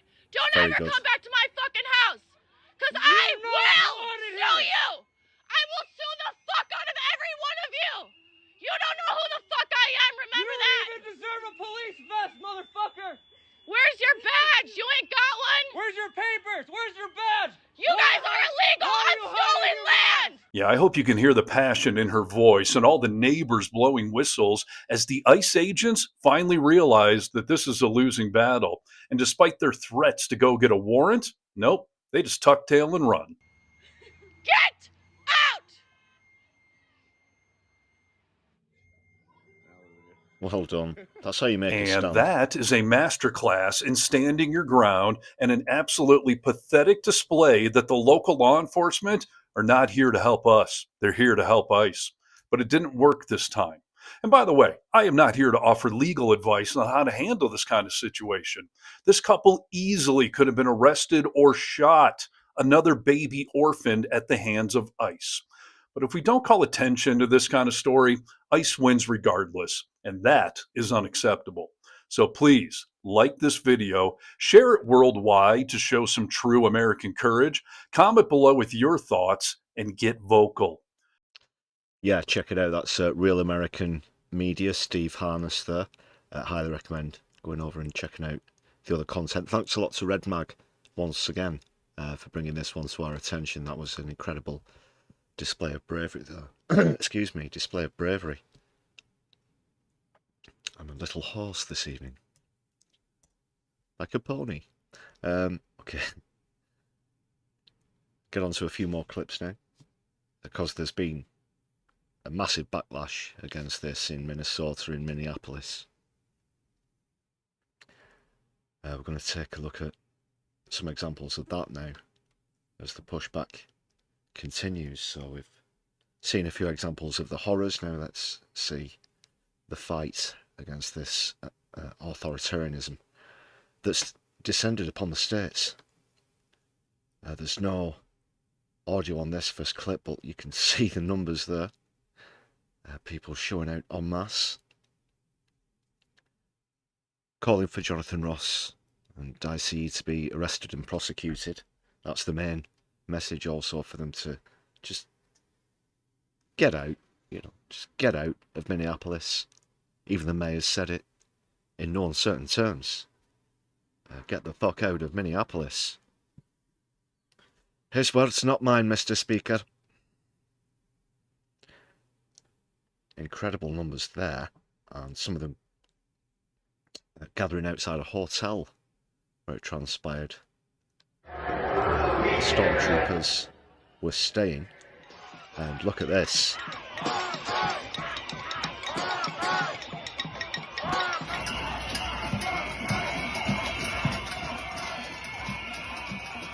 Incredible turnout. You'd probably say high hundreds, maybe going into the thousands.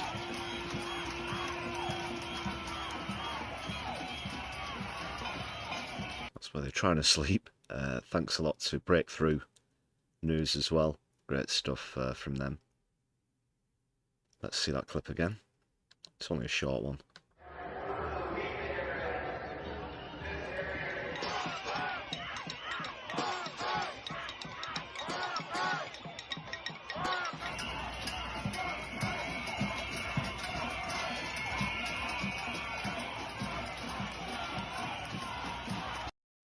But the crowds only grew bigger. In fact, some people then tried to enter the hotel itself. You're going to see a little clip of that here.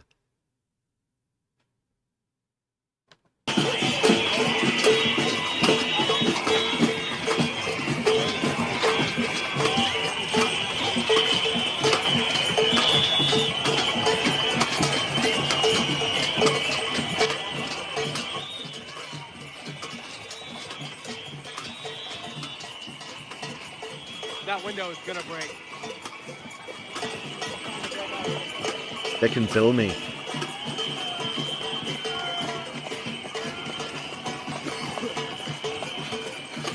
That window's gonna break. Yeah, they can bill me. Bill me to the window.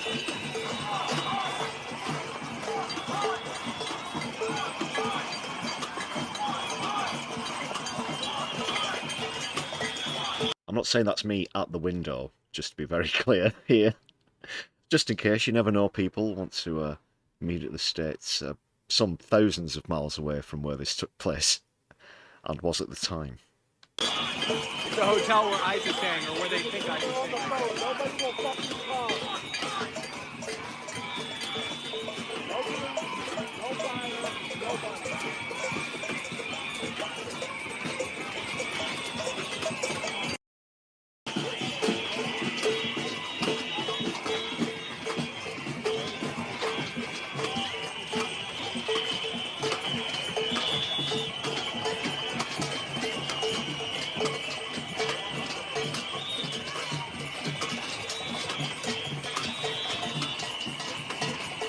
That window is gonna break.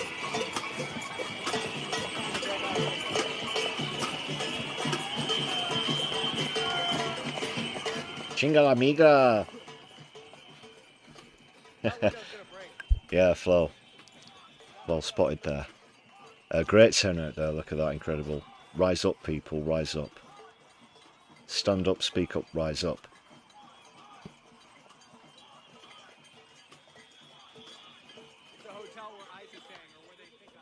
Anyone from Minneapolis or close to, do get in touch. I would love to know your thoughts or possibly experiences. Have you been on one of these protests? Reach out.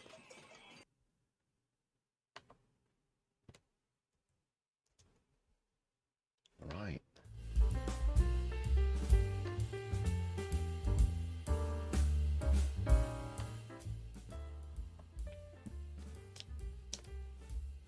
So as revolted as we've been by the actions of ICE, that adjective there comes into literal effect with great swathes of citizens revolting against immigration control enforcement.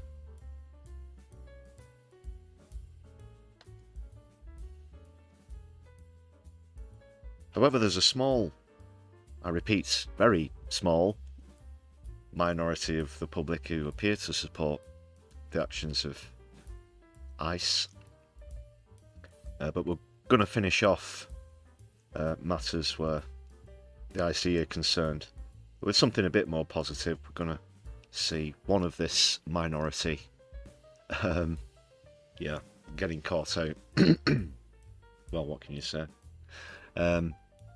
So him and a couple of other ugly dudes are walking down the street shouting "Go ICE," and then at one point a passerby shouts something at them. One of them responds by calling them a fag, and then one young man sneaks up right next to the guy, grabs his glasses and runs off, and then the pro-ICE douchebag proceeds to follow him, but it doesn't go too well.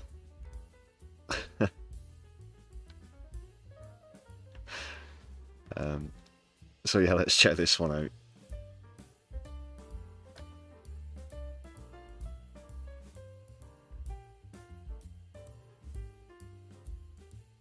This is pretty good. Oh my god, this guy. This fucking guy. Let's go ICE! Let's go ICE! God bless Trump! God bless Trump! God bless Trump! God bless Trump! Ugly dudes are out in force. Yeah, fuck you! Ride your bike, you fucking fag! Go get a job! Yeah! And they're off, and it's, I don't have the Benny Hill theme tune to hand like I used in that other I.C.E. video, but check this out. First of all, he falls flat on his face. It's almost like something out of a fucking cartoon. This is just of his own volition, falls flat on his face. Ooh. Wow. And he fucking slides along the floor with it. He manages to get around this electric scooter that you see here, but a member of the public interjects and provides us with some more hilarious slapstick. It's a good move as well. Let's see that one again. So he's around the scooter, and then the camera just gets blocked slightly, but you see someone stick. Neither of them seem to be very good on the feet. You might question the sobriety of the two individuals, but certainly no pair of athletes by the looks of things. Yeah, piss off and kiss some more tarmac. What an arsehole.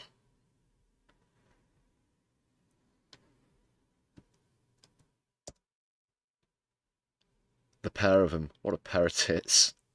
What do you think about that? How did that one taste? Tastes like justice, yeah. Keep those comments coming in the chat. Yeah, not so cocky now. The first one, though, he just fell over of his own volition. Tripped over oxygen. There was all this fucking oxygen in the way. It fucking knocked me over.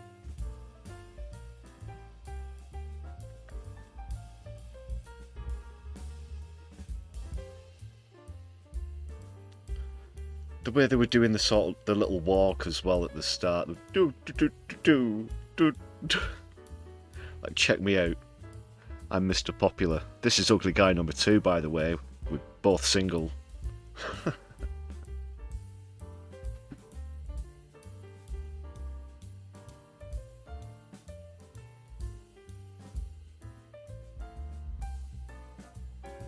we'll leave matters in Minnesota there.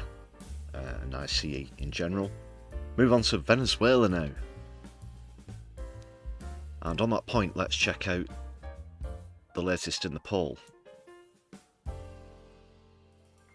We have Iran in the lead this time around, 56%.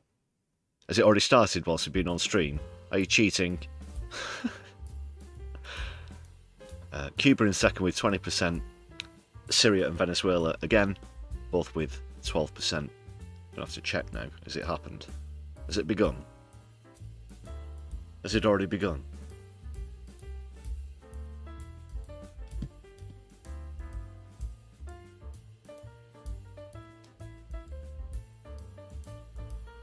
Andy Carter, nice to see you. Yeah, that guy fell over his own bad decisions.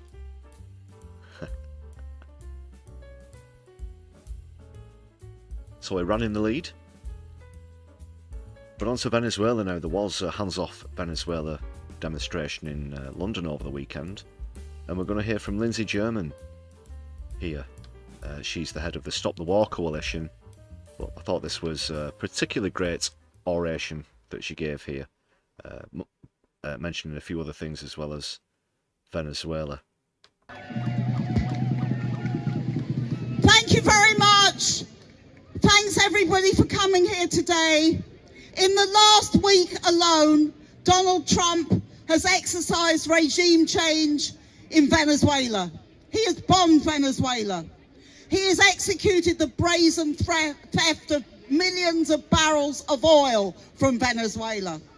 He has intercepted an oil tanker heading for Russia between Iceland and Scotland. And he has told the people of Greenland that he is going to take over their country to grab the rare earth minerals and the wealth that they have in that country. This is a sign of a US empire in decline but out of control. And that's what we're getting from Trump.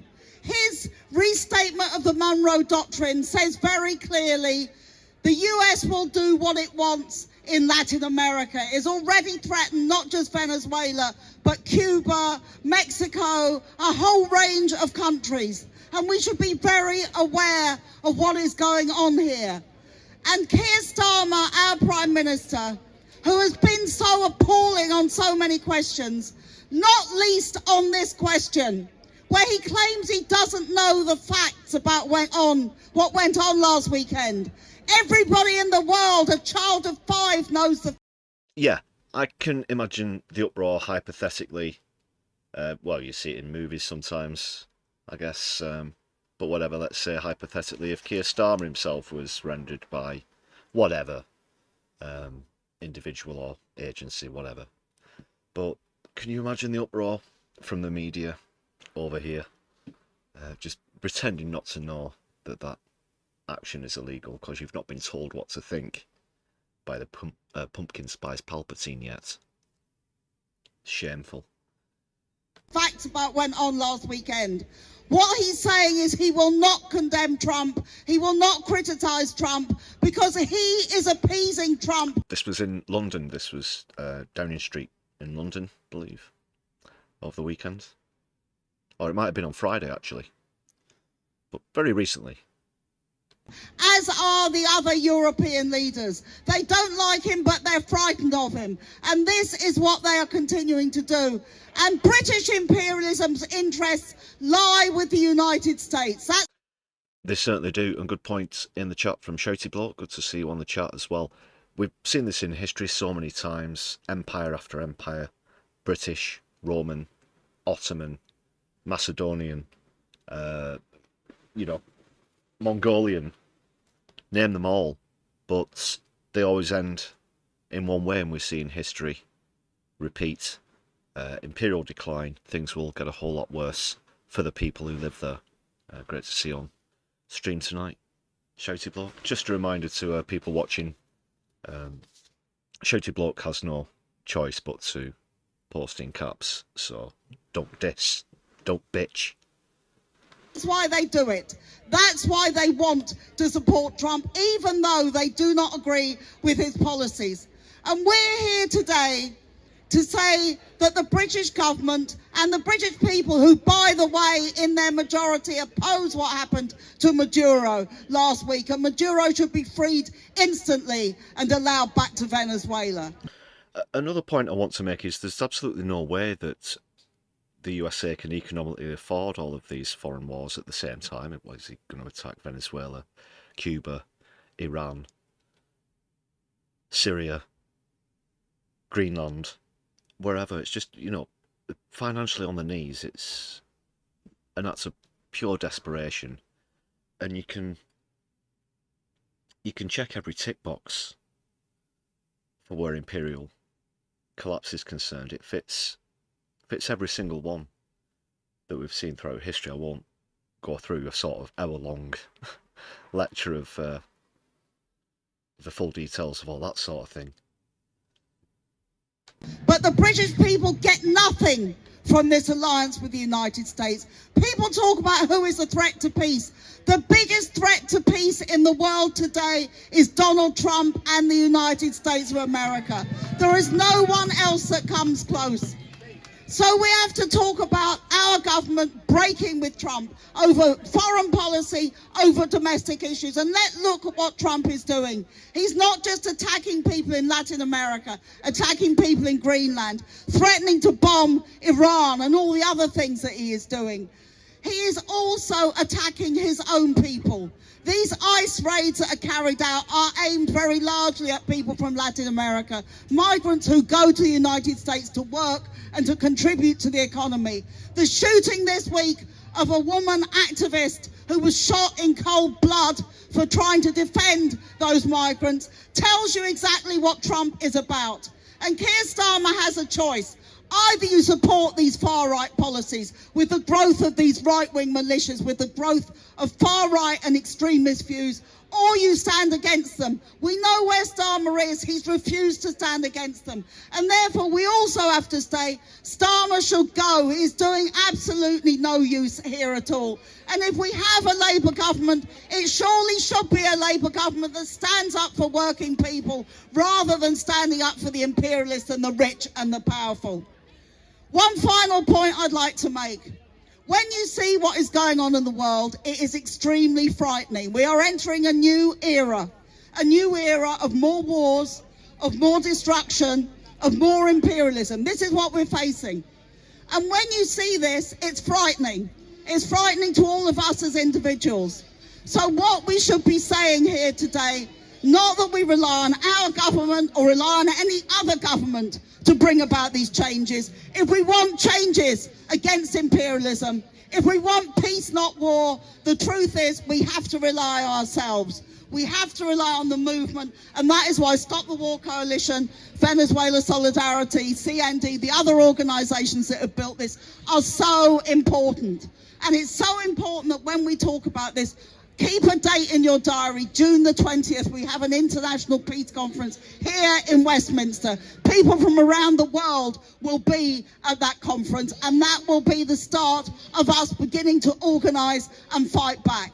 Because let's be clear here, everybody who wants peace, we need to get a war on a war footing now. There is no other way of doing it. We need to be on a war footing to say to our government, to say to Trump, no more imperialism, no more wars, solidarity to the people of Venezuela, solidarity to everybody here. Please get organised, keep active, and let's get a world without war. Thank you. Well said, Lindsay German there. That clip coming courtesy of CapCut, as you saw towards the end. Credit where it's due. That's Lindsay German from the Stop the War Coalition. A fine statement, if ever there was one.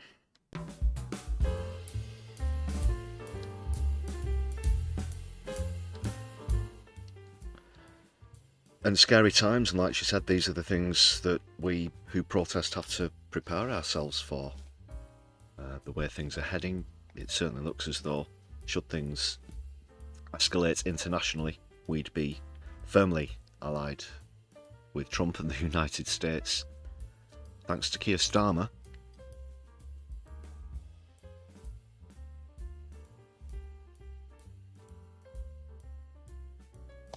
It's a bold strategy, Cotton. Let's see how that one works out for him. JK, thanks for joining us in the chat. And joining us with a stat. Is that quite correct? You've read that the crew of the tanker that Britain helped America to seize, that's the... is this the Venezuelan one? Is this the one with the Russian flag? That was on Friday, wasn't it, I think? But there were 2 Russians, 4 Georgians, 20 Ukrainians on board. And this is the crew, is it? But the Russians have been released, and the United States is prosecuting the rest. Curiouser and curiouser.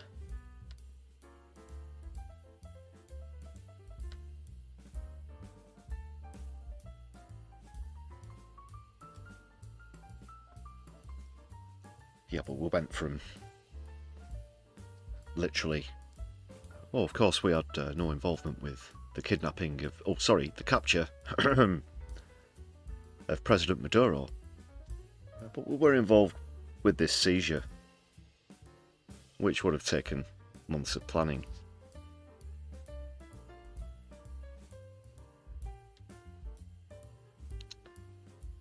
A nice one for pointing that out, JK.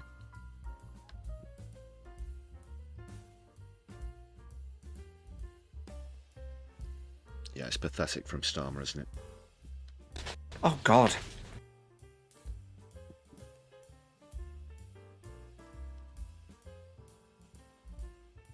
But let's take another look at where Donald Trump has got his sights set on. First of all, in the news today, Cuba. One of the only 4 internationally recognised socialist countries. Communist, I should say.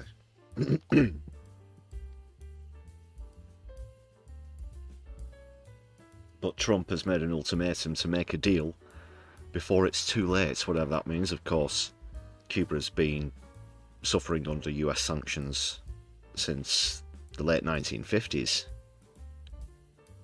under Fidel Castro. So let's see a bit more about this ultimatum. He does love a good ultimatum. He warns that the flow of Venezuelan oil and money would now stop. The US president's been turning his attention to Cuba since US forces seized Venezuela's leader, Nicolas Maduro, in the 3rd of January raid on its capital, Caracas. Venezuela, a long-standing ally of Cuba, is believed to send around 35,000 barrels of oil a day to the island. Cuba's foreign minister responded by saying his nation retained the right to import fuel without interference, while its president said no one dictates what we do. The Trump administration's tactic of confiscating sanctioned Venezuelan oil tankers had already begun to worsen a fuel and electricity crisis in Cuba. So that was the 5th oil tanker to be seized, as you can see there. They also said, Trump also said, I should say, Cuba lived for many years on large amounts of oil and money from Venezuela. In return, Cuba provided security services for the last 2 Venezuelan dictators, as he describes them, but not anymore. Trump posted on Truth Social just earlier today. He didn't specify terms of a deal or the consequences for Cuba. It just seems to be some sort of blanket threat, as you can see there. So you better listen up, buddy, or you'll be next. It's awful. So there is Miguel Diaz-Canel. He's condemned the United States operation in Venezuela, of course. And I'd expect that he'd reject any notion of going along with Trump. Let's see what he had to say. Those who turn everything into business, even human lives, have no moral authority to point fingers at Cuba for anything, absolutely anything. Those who today hysterically rail against our nation do so out of rage over the sovereign decision of this people to choose their political model. Absolutely. And it's been that way since the 1950s in Cuba, with, of course, Fidel Castro having ruled the country for many decades. After the revolution, which drove out the US government and the American mafias with it, of course. So it is very spurious at this point.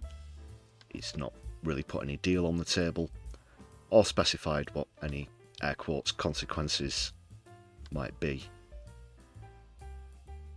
So he's been rightly and roundly told to go fuck himself. Well said, Cuba. But of course he has already, apparently, it's reported, carried out an attack on Islamic State groups in Syria. Now, how did they get there?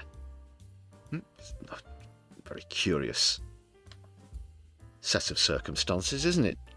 People, it's almost as though the previous leader was overthrown and replaced at the behest of the United States of America with someone who's previously been involved with ISIS. Oh, and here they are in Syria, apparently.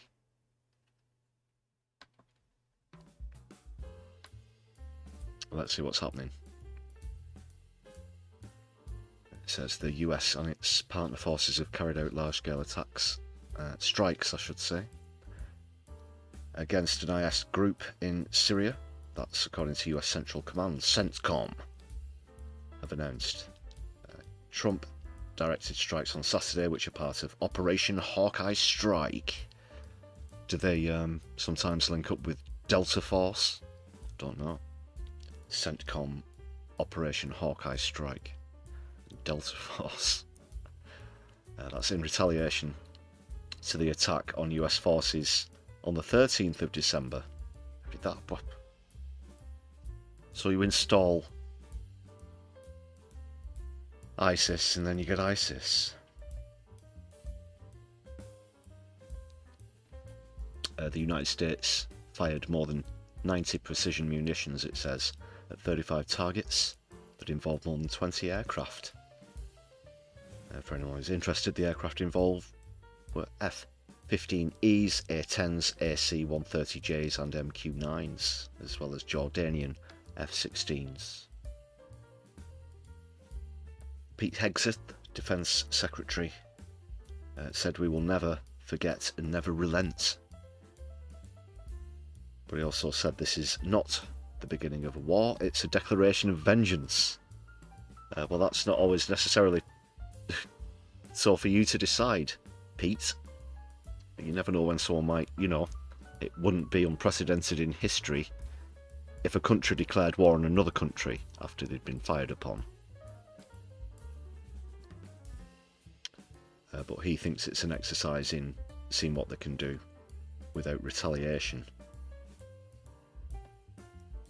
Just finally, in the operation's first mission on 19th of December, US and Jordanian forces carried out a massive strike against the IS group, destroying fighter jets, attack helicopters and artillery to strike more than 70 targets at multiple locations. The operation said it employed more than 100 precision munitions.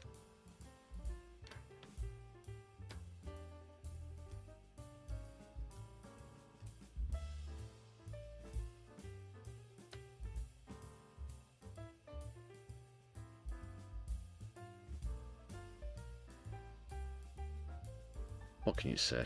I don't know how they expect things to go any differently. It's another massive "we told you so."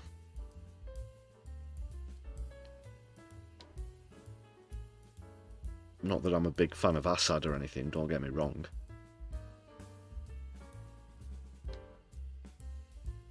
But it's just another typical US military intervention.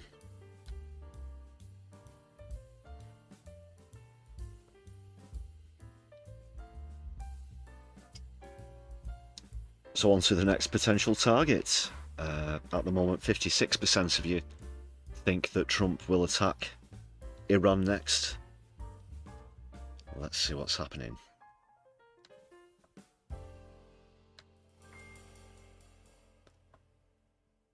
Because there may have even been some developments since we came on stream.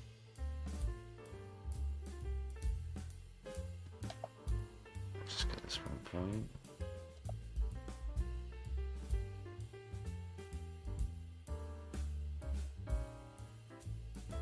Iran have been very clear that they're not going to take any shit from Trump. Militarily speaking, they are, of course, quite a big force. We've seen them twatting the shite out of Israel last year. So they've warned they'll retaliate. But of course, the main thing that's been in the headlines are the protests. What can we say about these? First of all, I'd like to point out just how incredibly obvious it is that certain elements on the right highlighting this have suddenly decided that they are in fact massive fans of women's liberation, women's rights, anti-misogynists, in highlighting how it's reported, at least, that Iranian women are treated almost as though they're being very selective to try and give themselves what they see as a legitimate way to attack a majority Muslim population.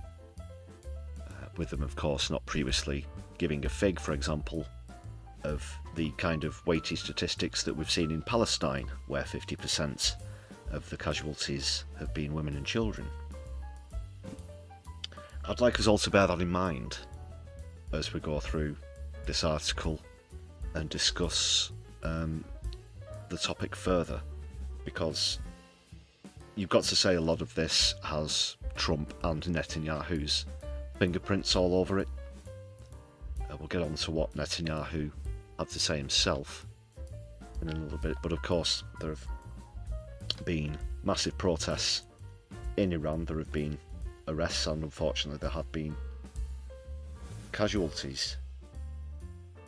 Now, of course, I'm no fan of tyranny myself, and of course in highlighting the selectivity of the right wing, as I just did, I'd like to also highlight that I am, of course, not supporting any kind of misogyny or any kind of regime whatsoever. Just find it interesting that all of a sudden certain people on the right want to talk about women rising up. So currently 54% of you think Iran will be the next victim of Trump. Let's see what's happening here.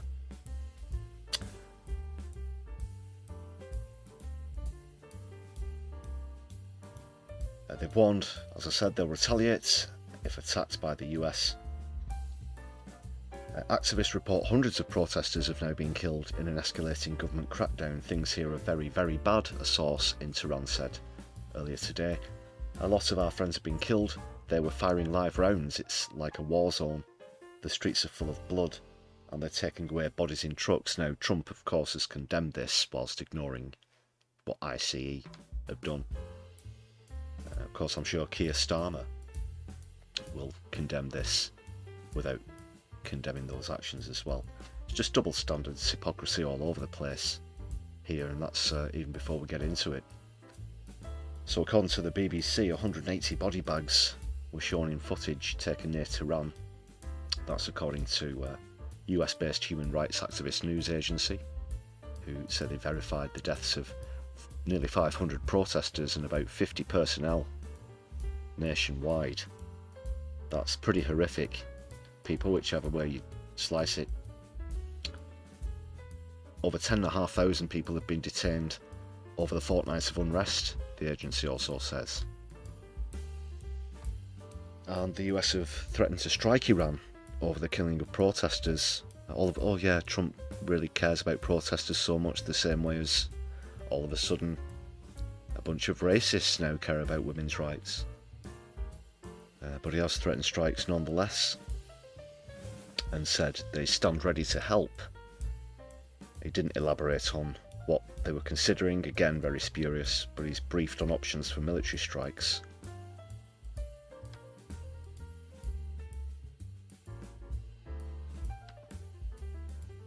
So I suppose, just before I go through a bit more of the article, we're going to be hearing about how deadly Iranian capabilities are once more, aren't they? But didn't Trump take them out last year?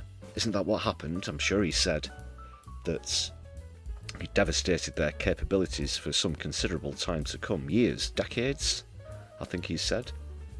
Not just where nuclear capabilities are concerned, but also other areas of warfare. Iran's pretty stocked up, actually. Pretty armed to the teeth.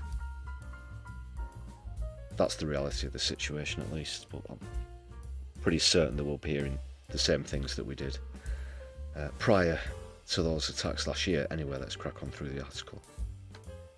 I digress.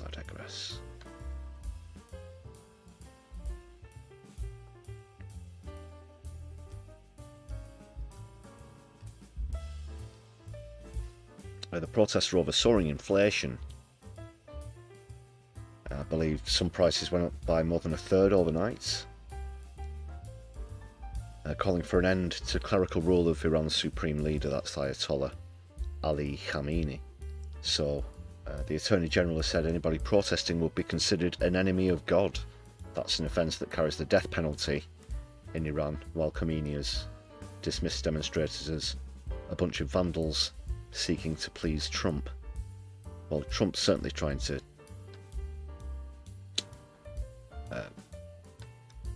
what's the best word? Seize on this opportunity, I guess. These are, of course, horrific stories that we're hearing coming from Iran. The way that protesters are being treated. But let's be honest with ourselves. Could such a reaction from the United States lead to something escalating?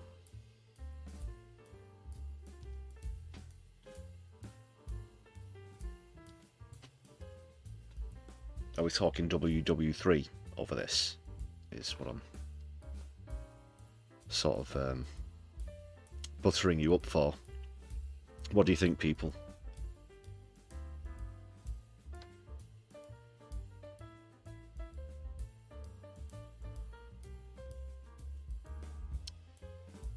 because it's clear as day, you know, the reaction to these protests is way beyond the pale, whatever you think about this situation.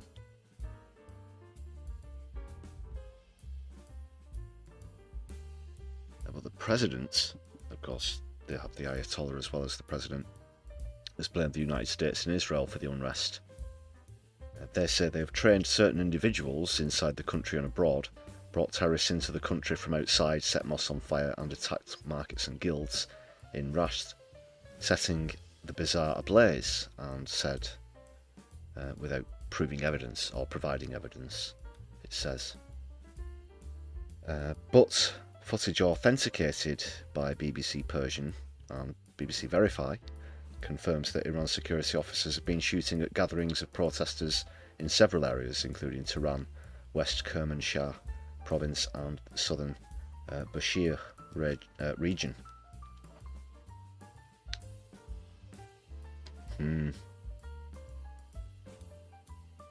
Internet access is largely limited to a domestic intranet, with restricted links to the outside world as well.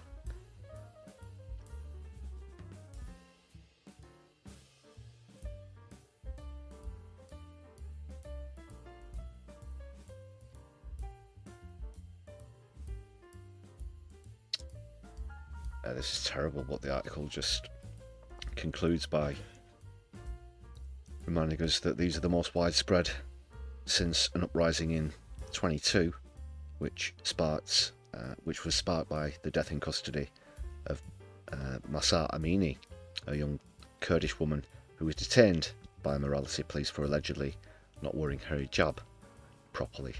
More than 550 people were killed, 20,000 detained by security forces over several months, including human rights groups.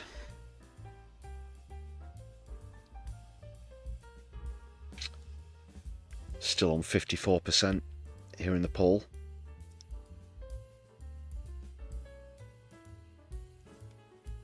Just double check, but that does seem to be the latest on this developing situation.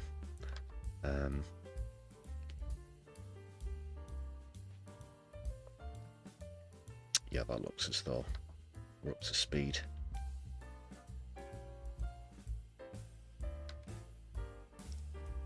Where's that going to drag us? Should the US intervene?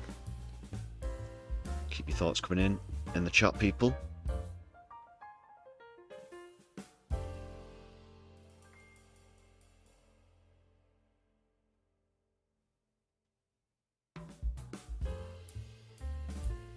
Or is it just whipped up by Trump and other ne'er-do-wells as part of the industrial military complex?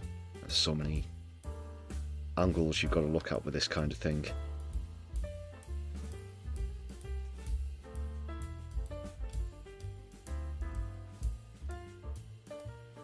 But just one thing I'd like to point out before we move on to another topic that might be rather telling.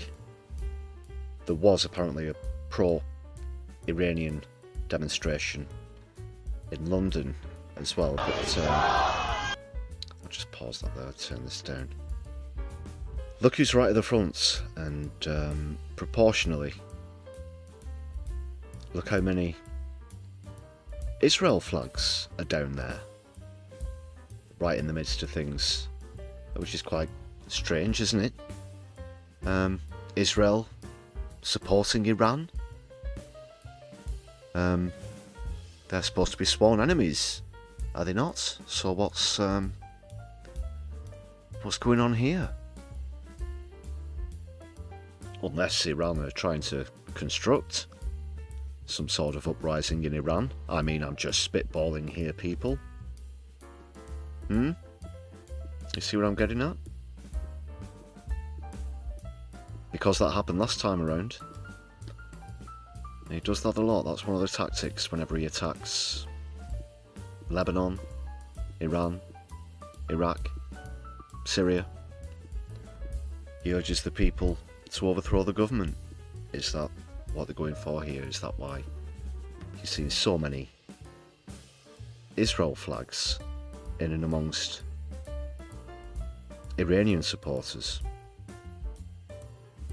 You might beg a belief, but there they are, clear as day. Look at them. That's in London again. There they are. Quite a few of them, proportionally speaking. And they seem to be quite close to the front of where things are going on. Now, what's all that about, people?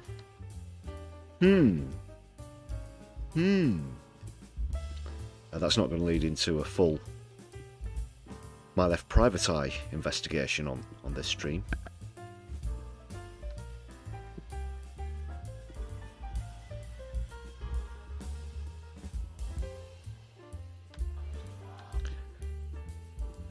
So yeah, two countries who last year were at each other's throats, now flag buddies on the streets of London. Quite interesting, quite interesting. I'll just show you once again the clip that Rick wasn't too pleased with at the start of the stream.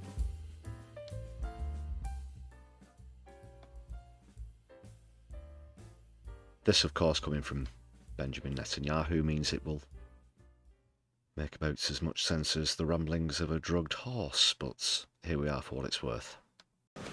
ישראל עוקבת בדריכות על הנעשה באיראן. הפגנות למען החירות התפשטו ברחבי המדינה.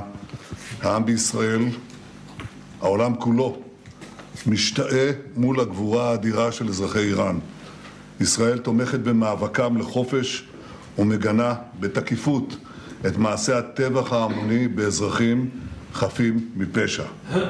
כולנו תקווה שהאומה הפרסית תשתחרר מקרוב מעול העריצות, וכשיום זה יגיע, ישראל ואיראן יחזרו להיות שותפות נאמנות בבניית עתיד של שגשוג ושלום לשני העמים.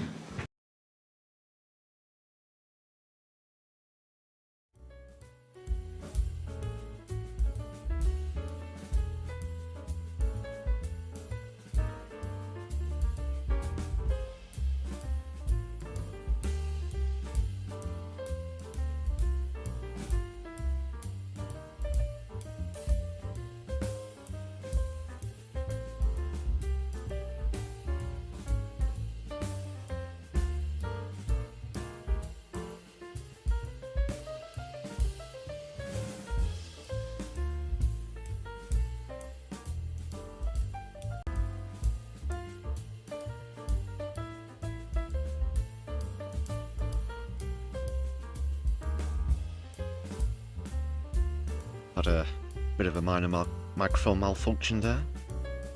Well, back, yeah, just on to what Bibby was saying there.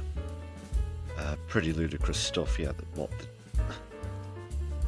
The day that Iran and Israel are skipping through sunny fields hand in hand, yeah, is the day I quit doing sociology, because that's not happening anytime soon. Mr. Milikowski.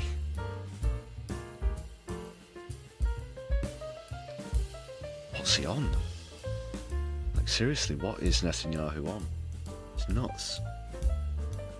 So, yeah, I think his fingerprints as well as Trump's are all over this apparent uprising as well. As to the reaction, the apparent reaction, I can't say, but it does appear to be very heavy-handed. Certainly doesn't want to, Iran certainly don't want to hand any excuses to Trump or Netanyahu.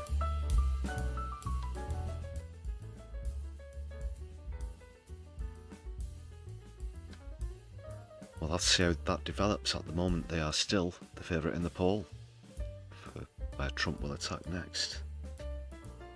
And that is where we will leave matters on the Middle East for now, as we just deal with one or two domestic matters. But the first of which, people, is one that you and I have to prepare ourselves for. Get ready. Warning. This section of the stream contains details of the inner workings of Peter Mandelson's twisted brain. Anyone who isn't a serpentine weirdo may find the following scenes distressing. No, seriously, it's really bad.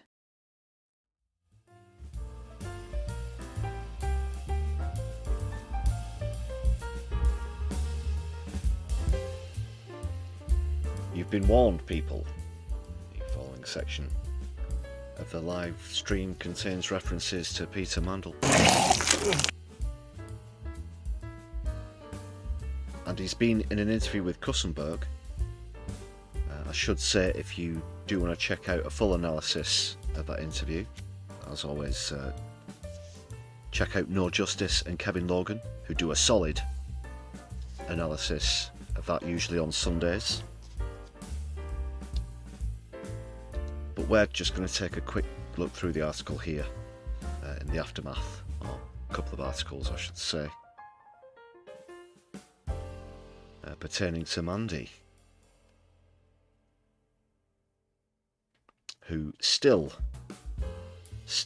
upholds the claim that he did not know anything about the proclivities or activities of the late Jeffrey Epstein and his incarcerated wife Ghislaine Maxwell. Oh, God. Pull the other one.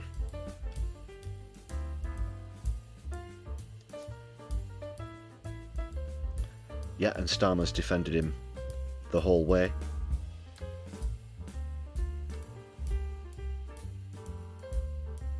Pathetic!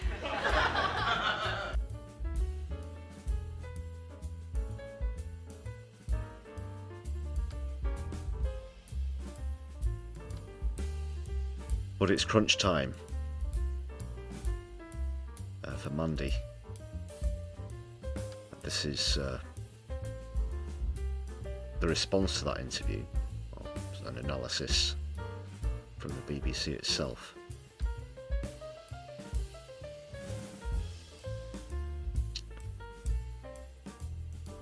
Well, I'll try and save us some time.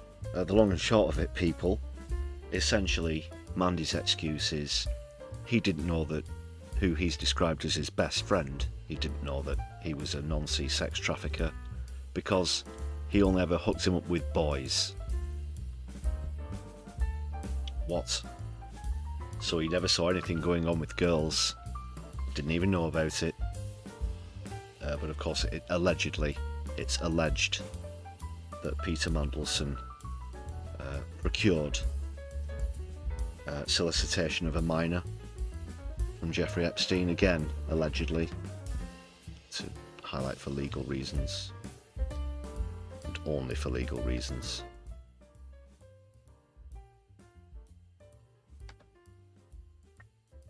So,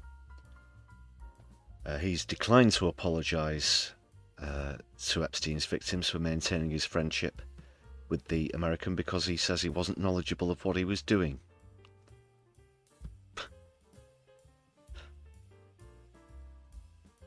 Ridiculous.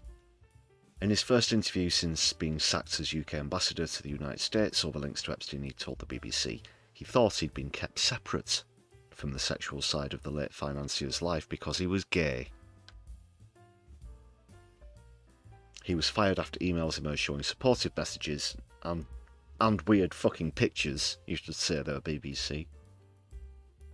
Really weird fucking pictures and postcards he'd sent after the American was convicted. After he was convicted for soliciting prostitution from a minor.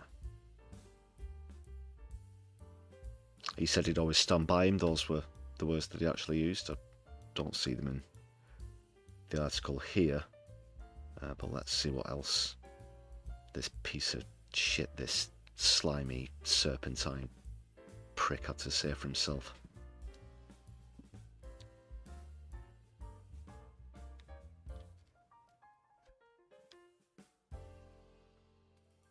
I want to apologise to those women for a system that refused to hear their voices and did not give them the protection they were entitled to expect. That system gave him protection and not them. If I had known, if I was in any way complicit or culpable, of course I would apologise for it, but I was not culpable. Oh, so he thinks, by saying sorry, he admits his own guilt. I will regret to my dying day the fact that powerless women who were denied a voice, were not given the protection they were entitled to expect. Pathetic. Mealy-mouthed. Crocodile tears. And what, trying to hide behind his homosexuality? I think it's quite pathetic. I mean, being homosexual is nothing shocking. This is the 21st century here. Peterman's, who doesn't have any connection with the real world, of course.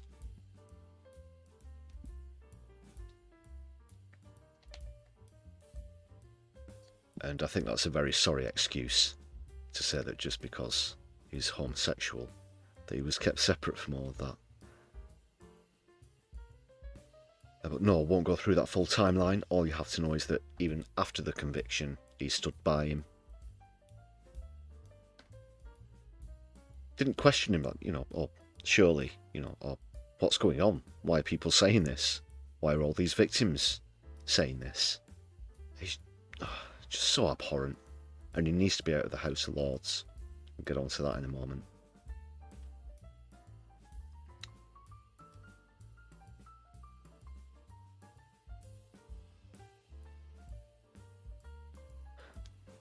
Okay, but just about emails that have come up in all this, of course, Mandy's going to come up a lot in the Epstein files. There's a million documents. God. But he says he doesn't remember. Jesus Christ. This guy is some piece of work. He doesn't remember emails saying that he would fight for early release for Epstein, and also saying that, quote, I think the world of you.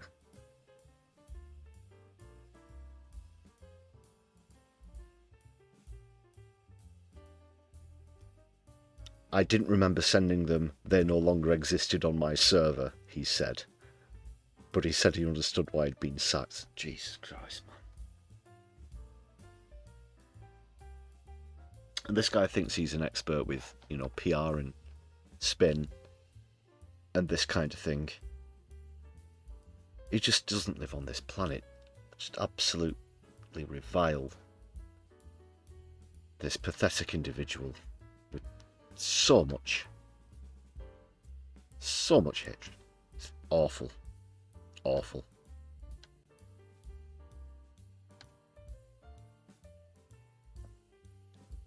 There have been times, and this was around when, say, between Keir Starmer became leader of the Labour Party and the election in 2024. I nearly said last year then, but we're in 26 now, of course. Where I've just simply replied with Mandelson's name. All these people trying to tell us why we should be voting for Labour and why we should back Starmer and all of this. Because if you're backing Keith, this is who you're also backing, because this is who Starmer backs. And that tends to end the, if you want to call it a conversation or debate at this point. If I should choose to toy with them a little, shall we say. I'm not going to go through this full lot, but as expected, quite pathetic. Once again, I would recommend going to No Justice MTG or Kevin Logan at Ploppy one. What's the number again? But do check them out. Check them both out. Of course, recipients of the 2025 My Left Eye Award for Best Alternative YouTube Channel. Co-winners. So if you want some full quality analysis, check them out. I know they said quality then, but it's a Sunday. Had to refrain. Get this prick off my screen.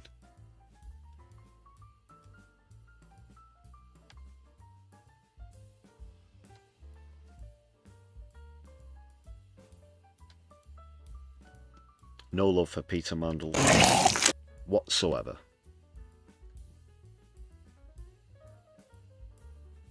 And neither do the SNP, who are now calling, or going to be calling, for him to be removed from the House of Lords with a motion that will be tabled in the Commons this coming Tuesday. Let's have a quick look at that one.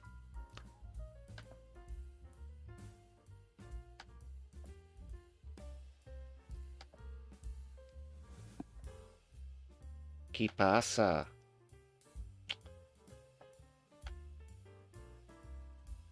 In the wake of this interview,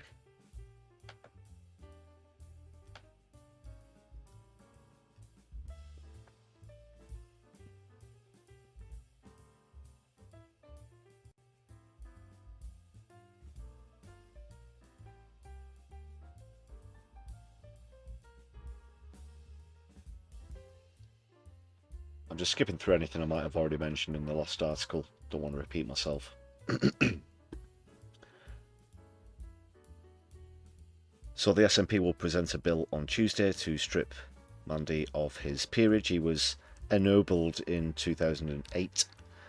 Party have been pushing for Mandelson to have his peerage removed since the scandal erupted, first putting forward a motion urging Prime Minister Keir Starmer to take legislative steps to remove his peerage. Of course, Stephen Flynn was also the recipient of Political Powerhouse of the Year in the My Lefty Awards, and we saw some examples of him bringing up Mandy and Epstein whilst he's been slamming Starmer.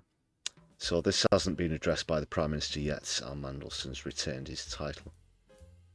It is possible to remove a peerage, but only through an Act of Parliament, as they are legal documents issued by the monarch and adorned with the Great Seal, which apparently is some kind of magic that wizards and kings have. A life peer can resign from their position in the second chamber, but retains their title, while a peer can also have their membership of the Lords suspended or cancelled if they are convicted of a serious offence or be expelled by the House. Let's say, for example, if allegedly soliciting prostitution from a minor. In Mandelson's case, it's understood that legislation would have to be passed to remove him. Well, let's have it. Bring it forth. The removal of peerages bill says they will make provision about the removal of peerages in certain circumstances to provide the removal of a peerage removes the right to sit in the House of Lords and for connected purposes. So no 400 quid a day just for showing up for Peter, who featured in Epstein's famous birthday book released by US House of Representatives Oversight Committee, in which he called the convicted sex offender his best pal. The bill would also allow Matthew Doyle to be stripped of his peerage. Following Starmer's decision to appoint his friend to the Lords, Doyle is reported to be appointed on Monday, despite it being revealed that he became the second senior Labour Party figure to be embroiled in the scandal over links to a former Scottish Labour Party councillor and convicted sex offender Sean Morton. So you can check out the full article there. That's the Scottish National, which just crashed.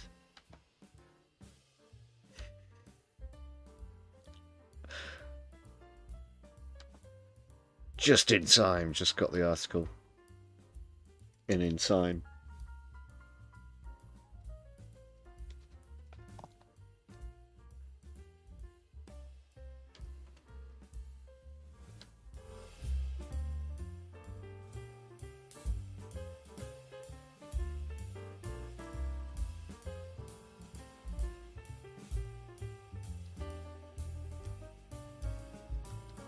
Not too long left to get your votes in the poll for where you think Trump will attack next. Iran, Cuba, Syria or Venezuela yet again. Currently Iran are in the lead.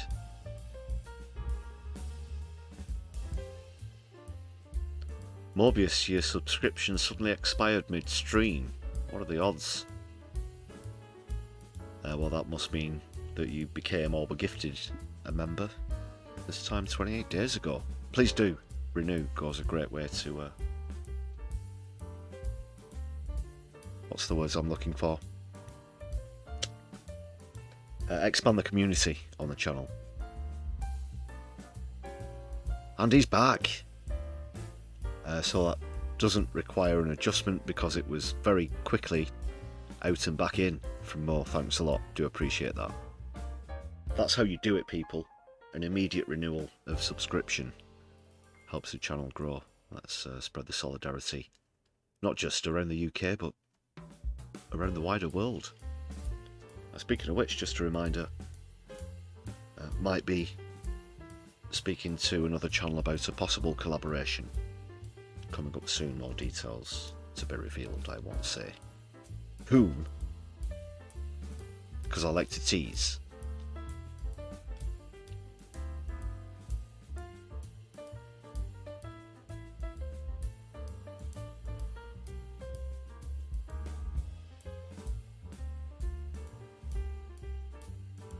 Awesome stuff, Mo.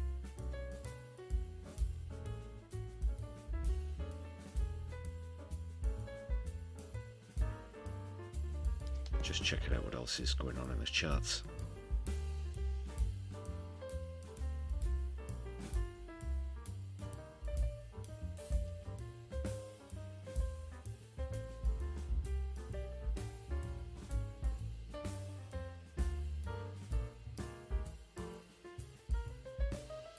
Range of topics there.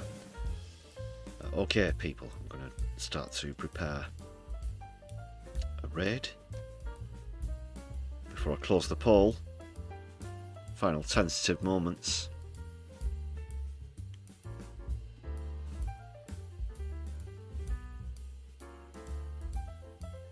Let's see, where are we going to go?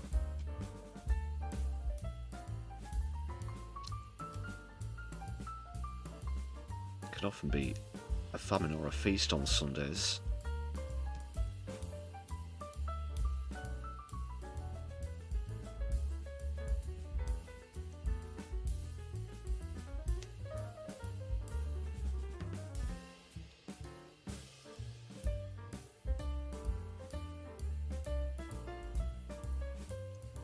Well, we do have Kevin Logan and No Justice. We'll go into Kev.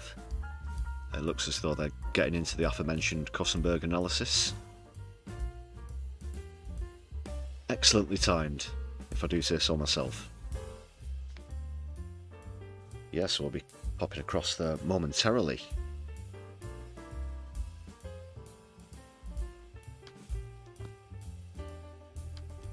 We say good evening and thank you to Herbie Ranger and the Supersonics for the Sunday background music, and we'll say our goodbyes in the Fondue Lounge.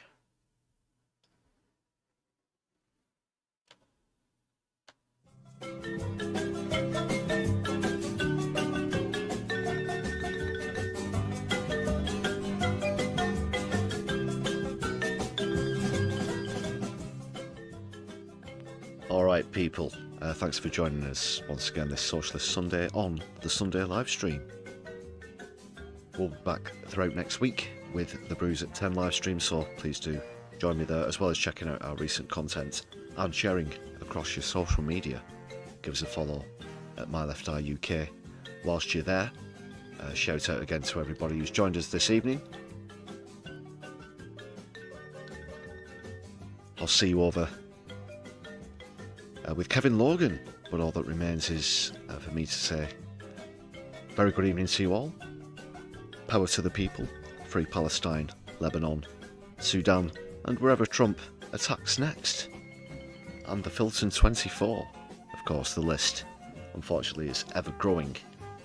But I'll be seeing you soon. Take care and good evening. Good night, everybody.